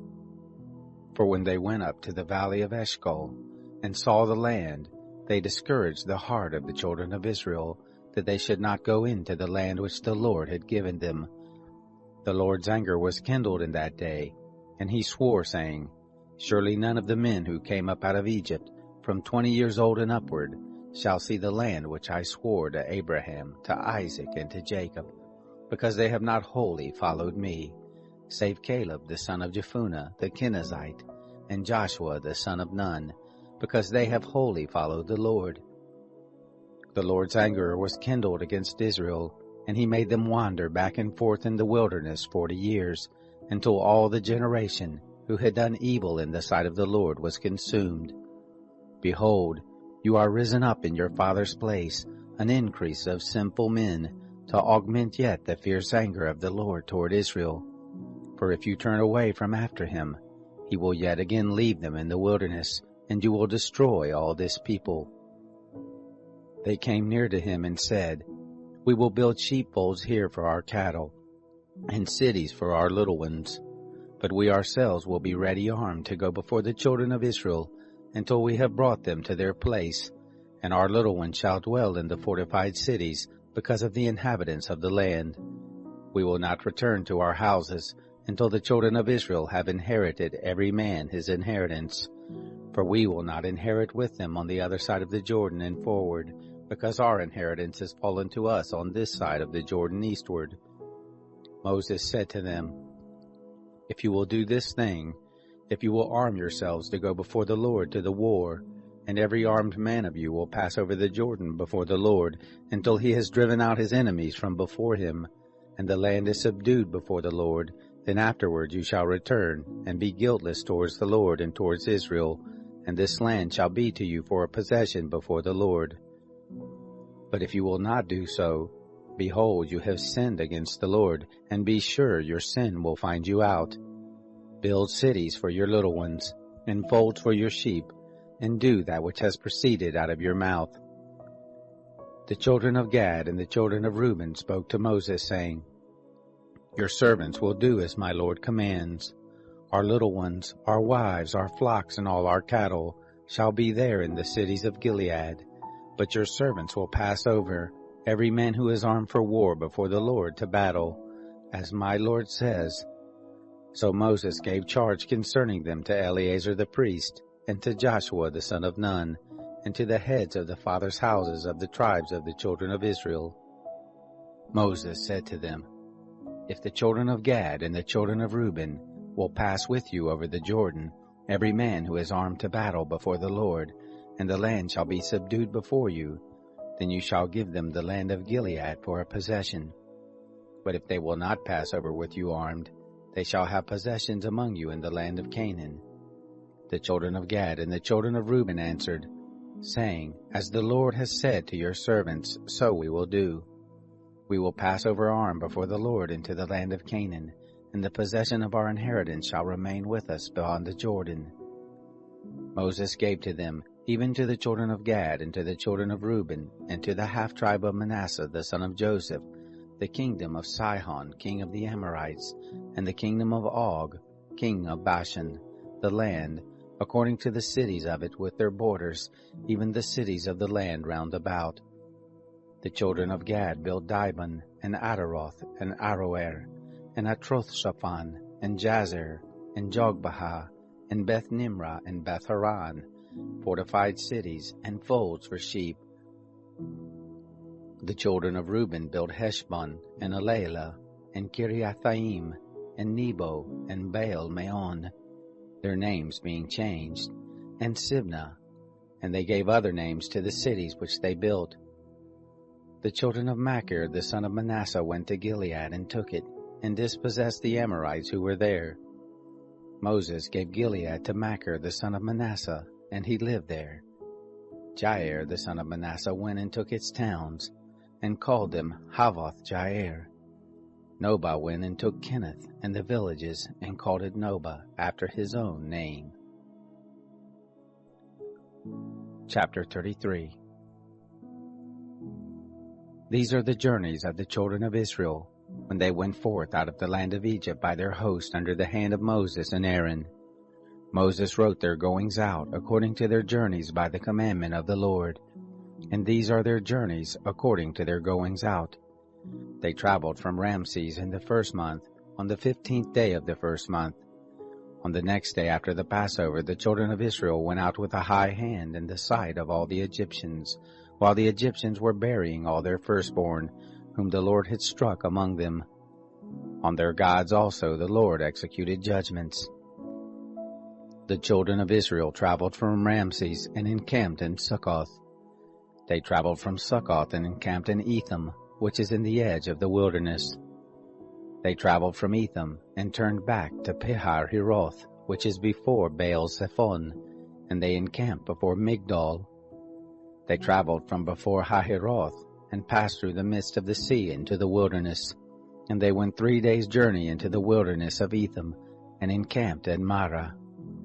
They traveled from Marah and came to Elam, and in Elam were 12 springs of water and 70 palm trees, and they encamped there. They traveled from Elam and encamped by the Red Sea. They traveled from the Red Sea and encamped in the wilderness of Sin. They traveled from the wilderness of Sin and encamped in Dophkah. They traveled from Dophkah and encamped in Alush. They traveled from Alush and encamped in Rephidim, where there was no water for the people to drink. They traveled from Rephidim and encamped in the wilderness of Sinai. They traveled from the wilderness of Sinai and encamped in Kibroth Hattaavah. They traveled from Kibroth Hattaavah and encamped in Hazeroth. They traveled from Hazeroth and encamped in Rithmah. They traveled from Rithmah and encamped in Rimmon Perez. They traveled from Rimmon Perez and encamped in Libnah. They traveled from Libnah and encamped in Risa. They traveled from Risa and encamped in Kehelatha. They traveled from Kehelatha and encamped in Mount Shafir. They traveled from Mount Shafir and encamped in Heradah. They traveled from Heradah and encamped in Machaloth. They traveled from Machaloth and encamped in Tahath. They traveled from Tahath and encamped in Terah. They traveled from Terah and encamped in Mithkah. They traveled from Mithkah and encamped in Hashmonah. They traveled from Hashmonah and encamped in Moseroth. They traveled from Moseroth and encamped in Ben-Jacan. They traveled from Ben-Jacan and encamped in Hor-Hagadad. They traveled from Hor-Hagadad and encamped in Jotbathah. They traveled from Jotbathah and encamped in Abrona. They traveled from Abrona and encamped in Ezion-Geber. They traveled from Ezion-Geber and encamped in the wilderness of Sin, the same as Kadesh. They traveled from Kadesh and encamped in Mount Hor, in the edge of the land of Edom. Aaron the priest went up into Mount Hor at the commandment of the Lord and died there, in the 40th year after the children of Israel were come out of the land of Egypt, in the 5th month, on the 1st day of the month. Aaron was 123 years old when he died in Mount Hor. The Canaanite, the king of Arad, who lived in the south in the land of Canaan, heard of the coming of the children of Israel. They traveled from Mount Hor and encamped in Zalmonah. They traveled from Zalmonah and encamped in Punon. They traveled from Punon and encamped in Oboth. They traveled from Oboth and encamped in Ayi-Abarim, in the border of Moab. They traveled from Ayim and encamped in Dibon-Gad. They traveled from Dibon-Gad and encamped in Almon-Diblathaim. They traveled from Almon-Diblathaim and encamped in the mountains of Abarim before Nebo. They traveled from the mountains of Abarim and encamped in the plains of Moab by the Jordan at Jericho. They encamped by the Jordan, from Beth-Jesimoth even to Abel-Shittim, in the plains of Moab.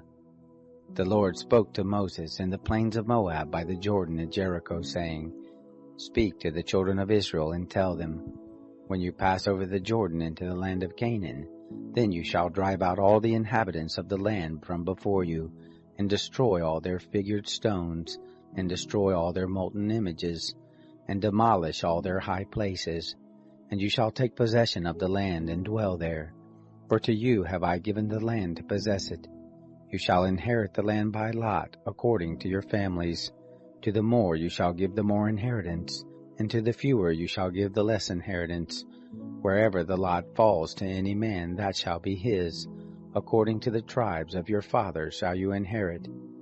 But if you will not drive out the inhabitants of the land from before you, then shall those who you let remain of them be as pricks in your eyes, and as thorns in your sides, and they shall vex you in the land in which you dwell. It shall happen that as I thought to do to them, so will I do to you. Chapter 34.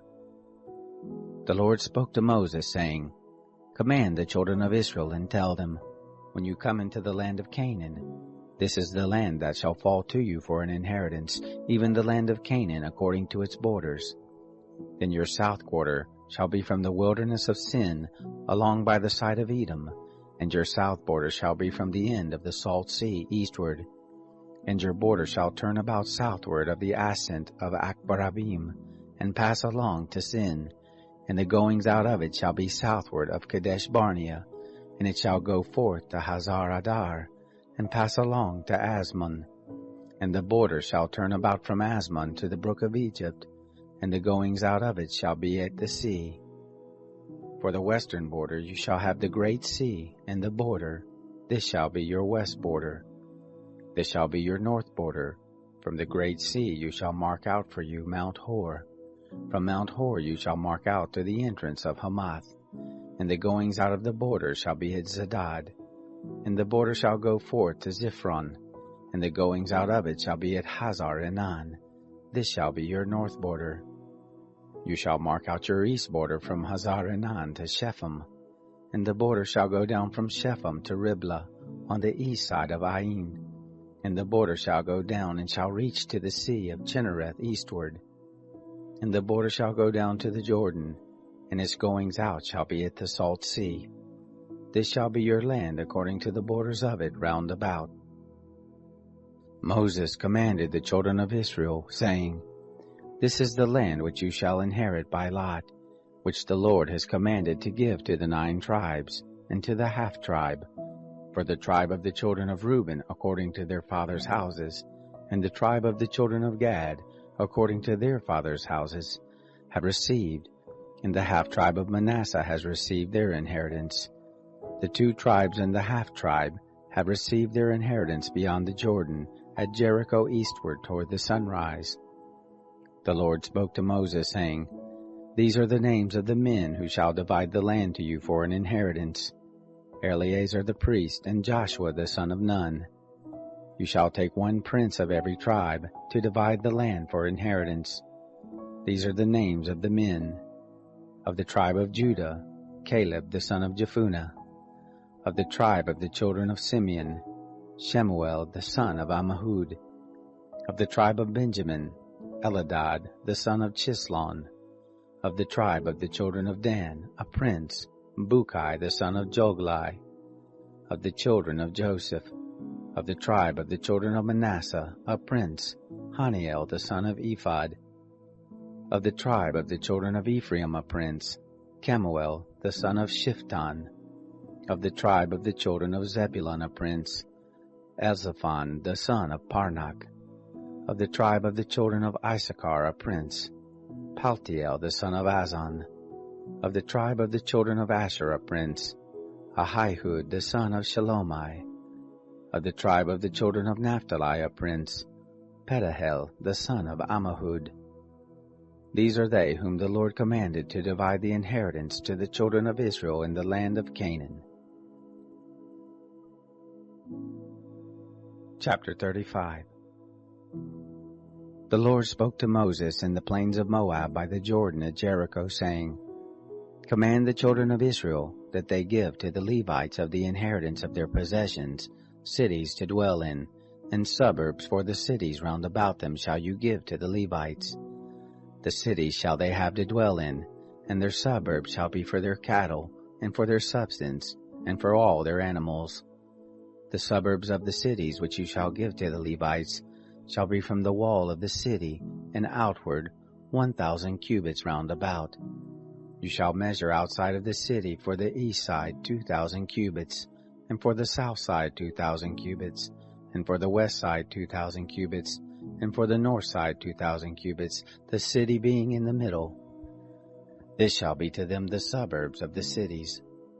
The cities which you shall give to the Levites, they shall be the 6 cities of refuge, which you shall give for the manslayer to flee to, and besides them you shall give 42 cities.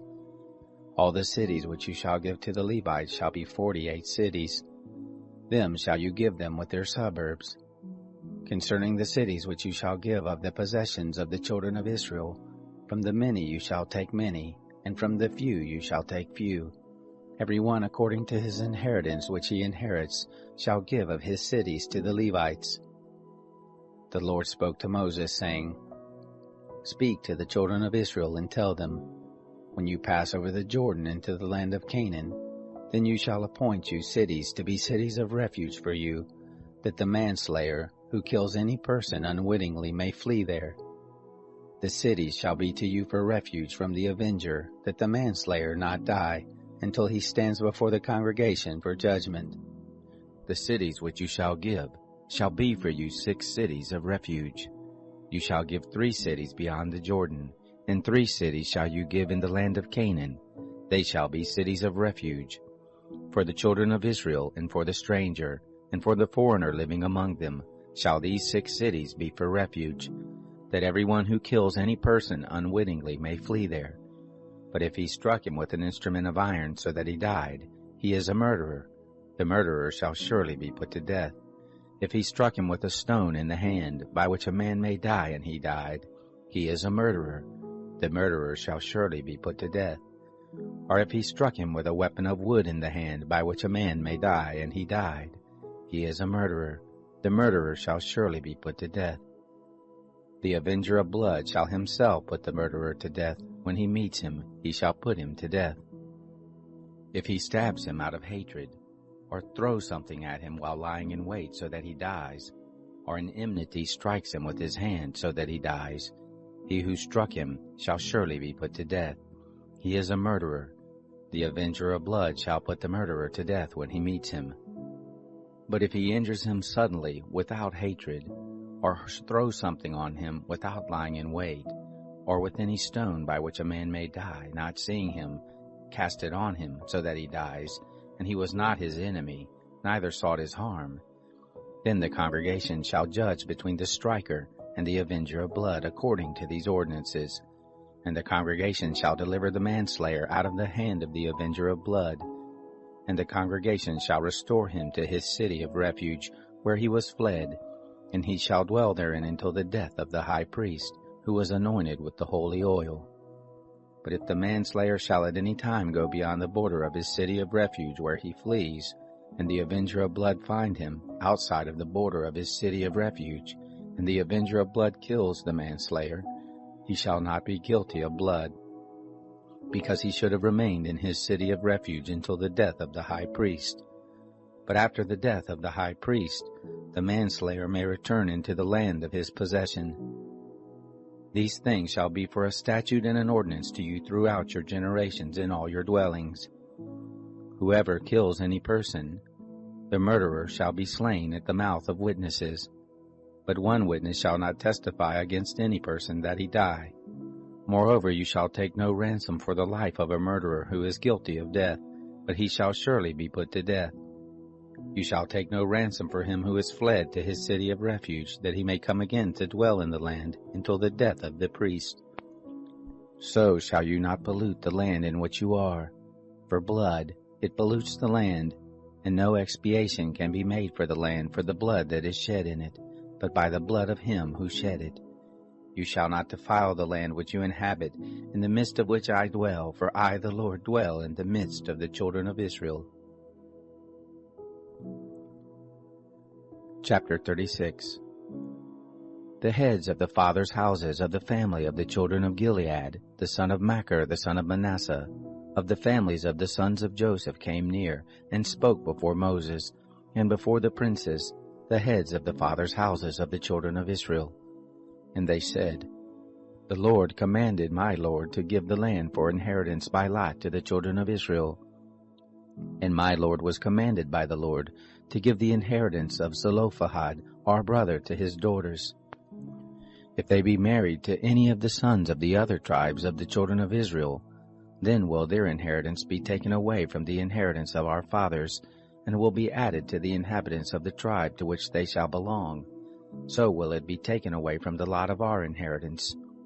When the Jubilee of the children of Israel shall come, then will their inheritance be added to the inheritance of the tribe to which they shall belong. So will their inheritance be taken away from the inheritance of the tribe of our fathers. Moses commanded the children of Israel according to the word of the Lord, saying, The tribe of the sons of Joseph speaks right.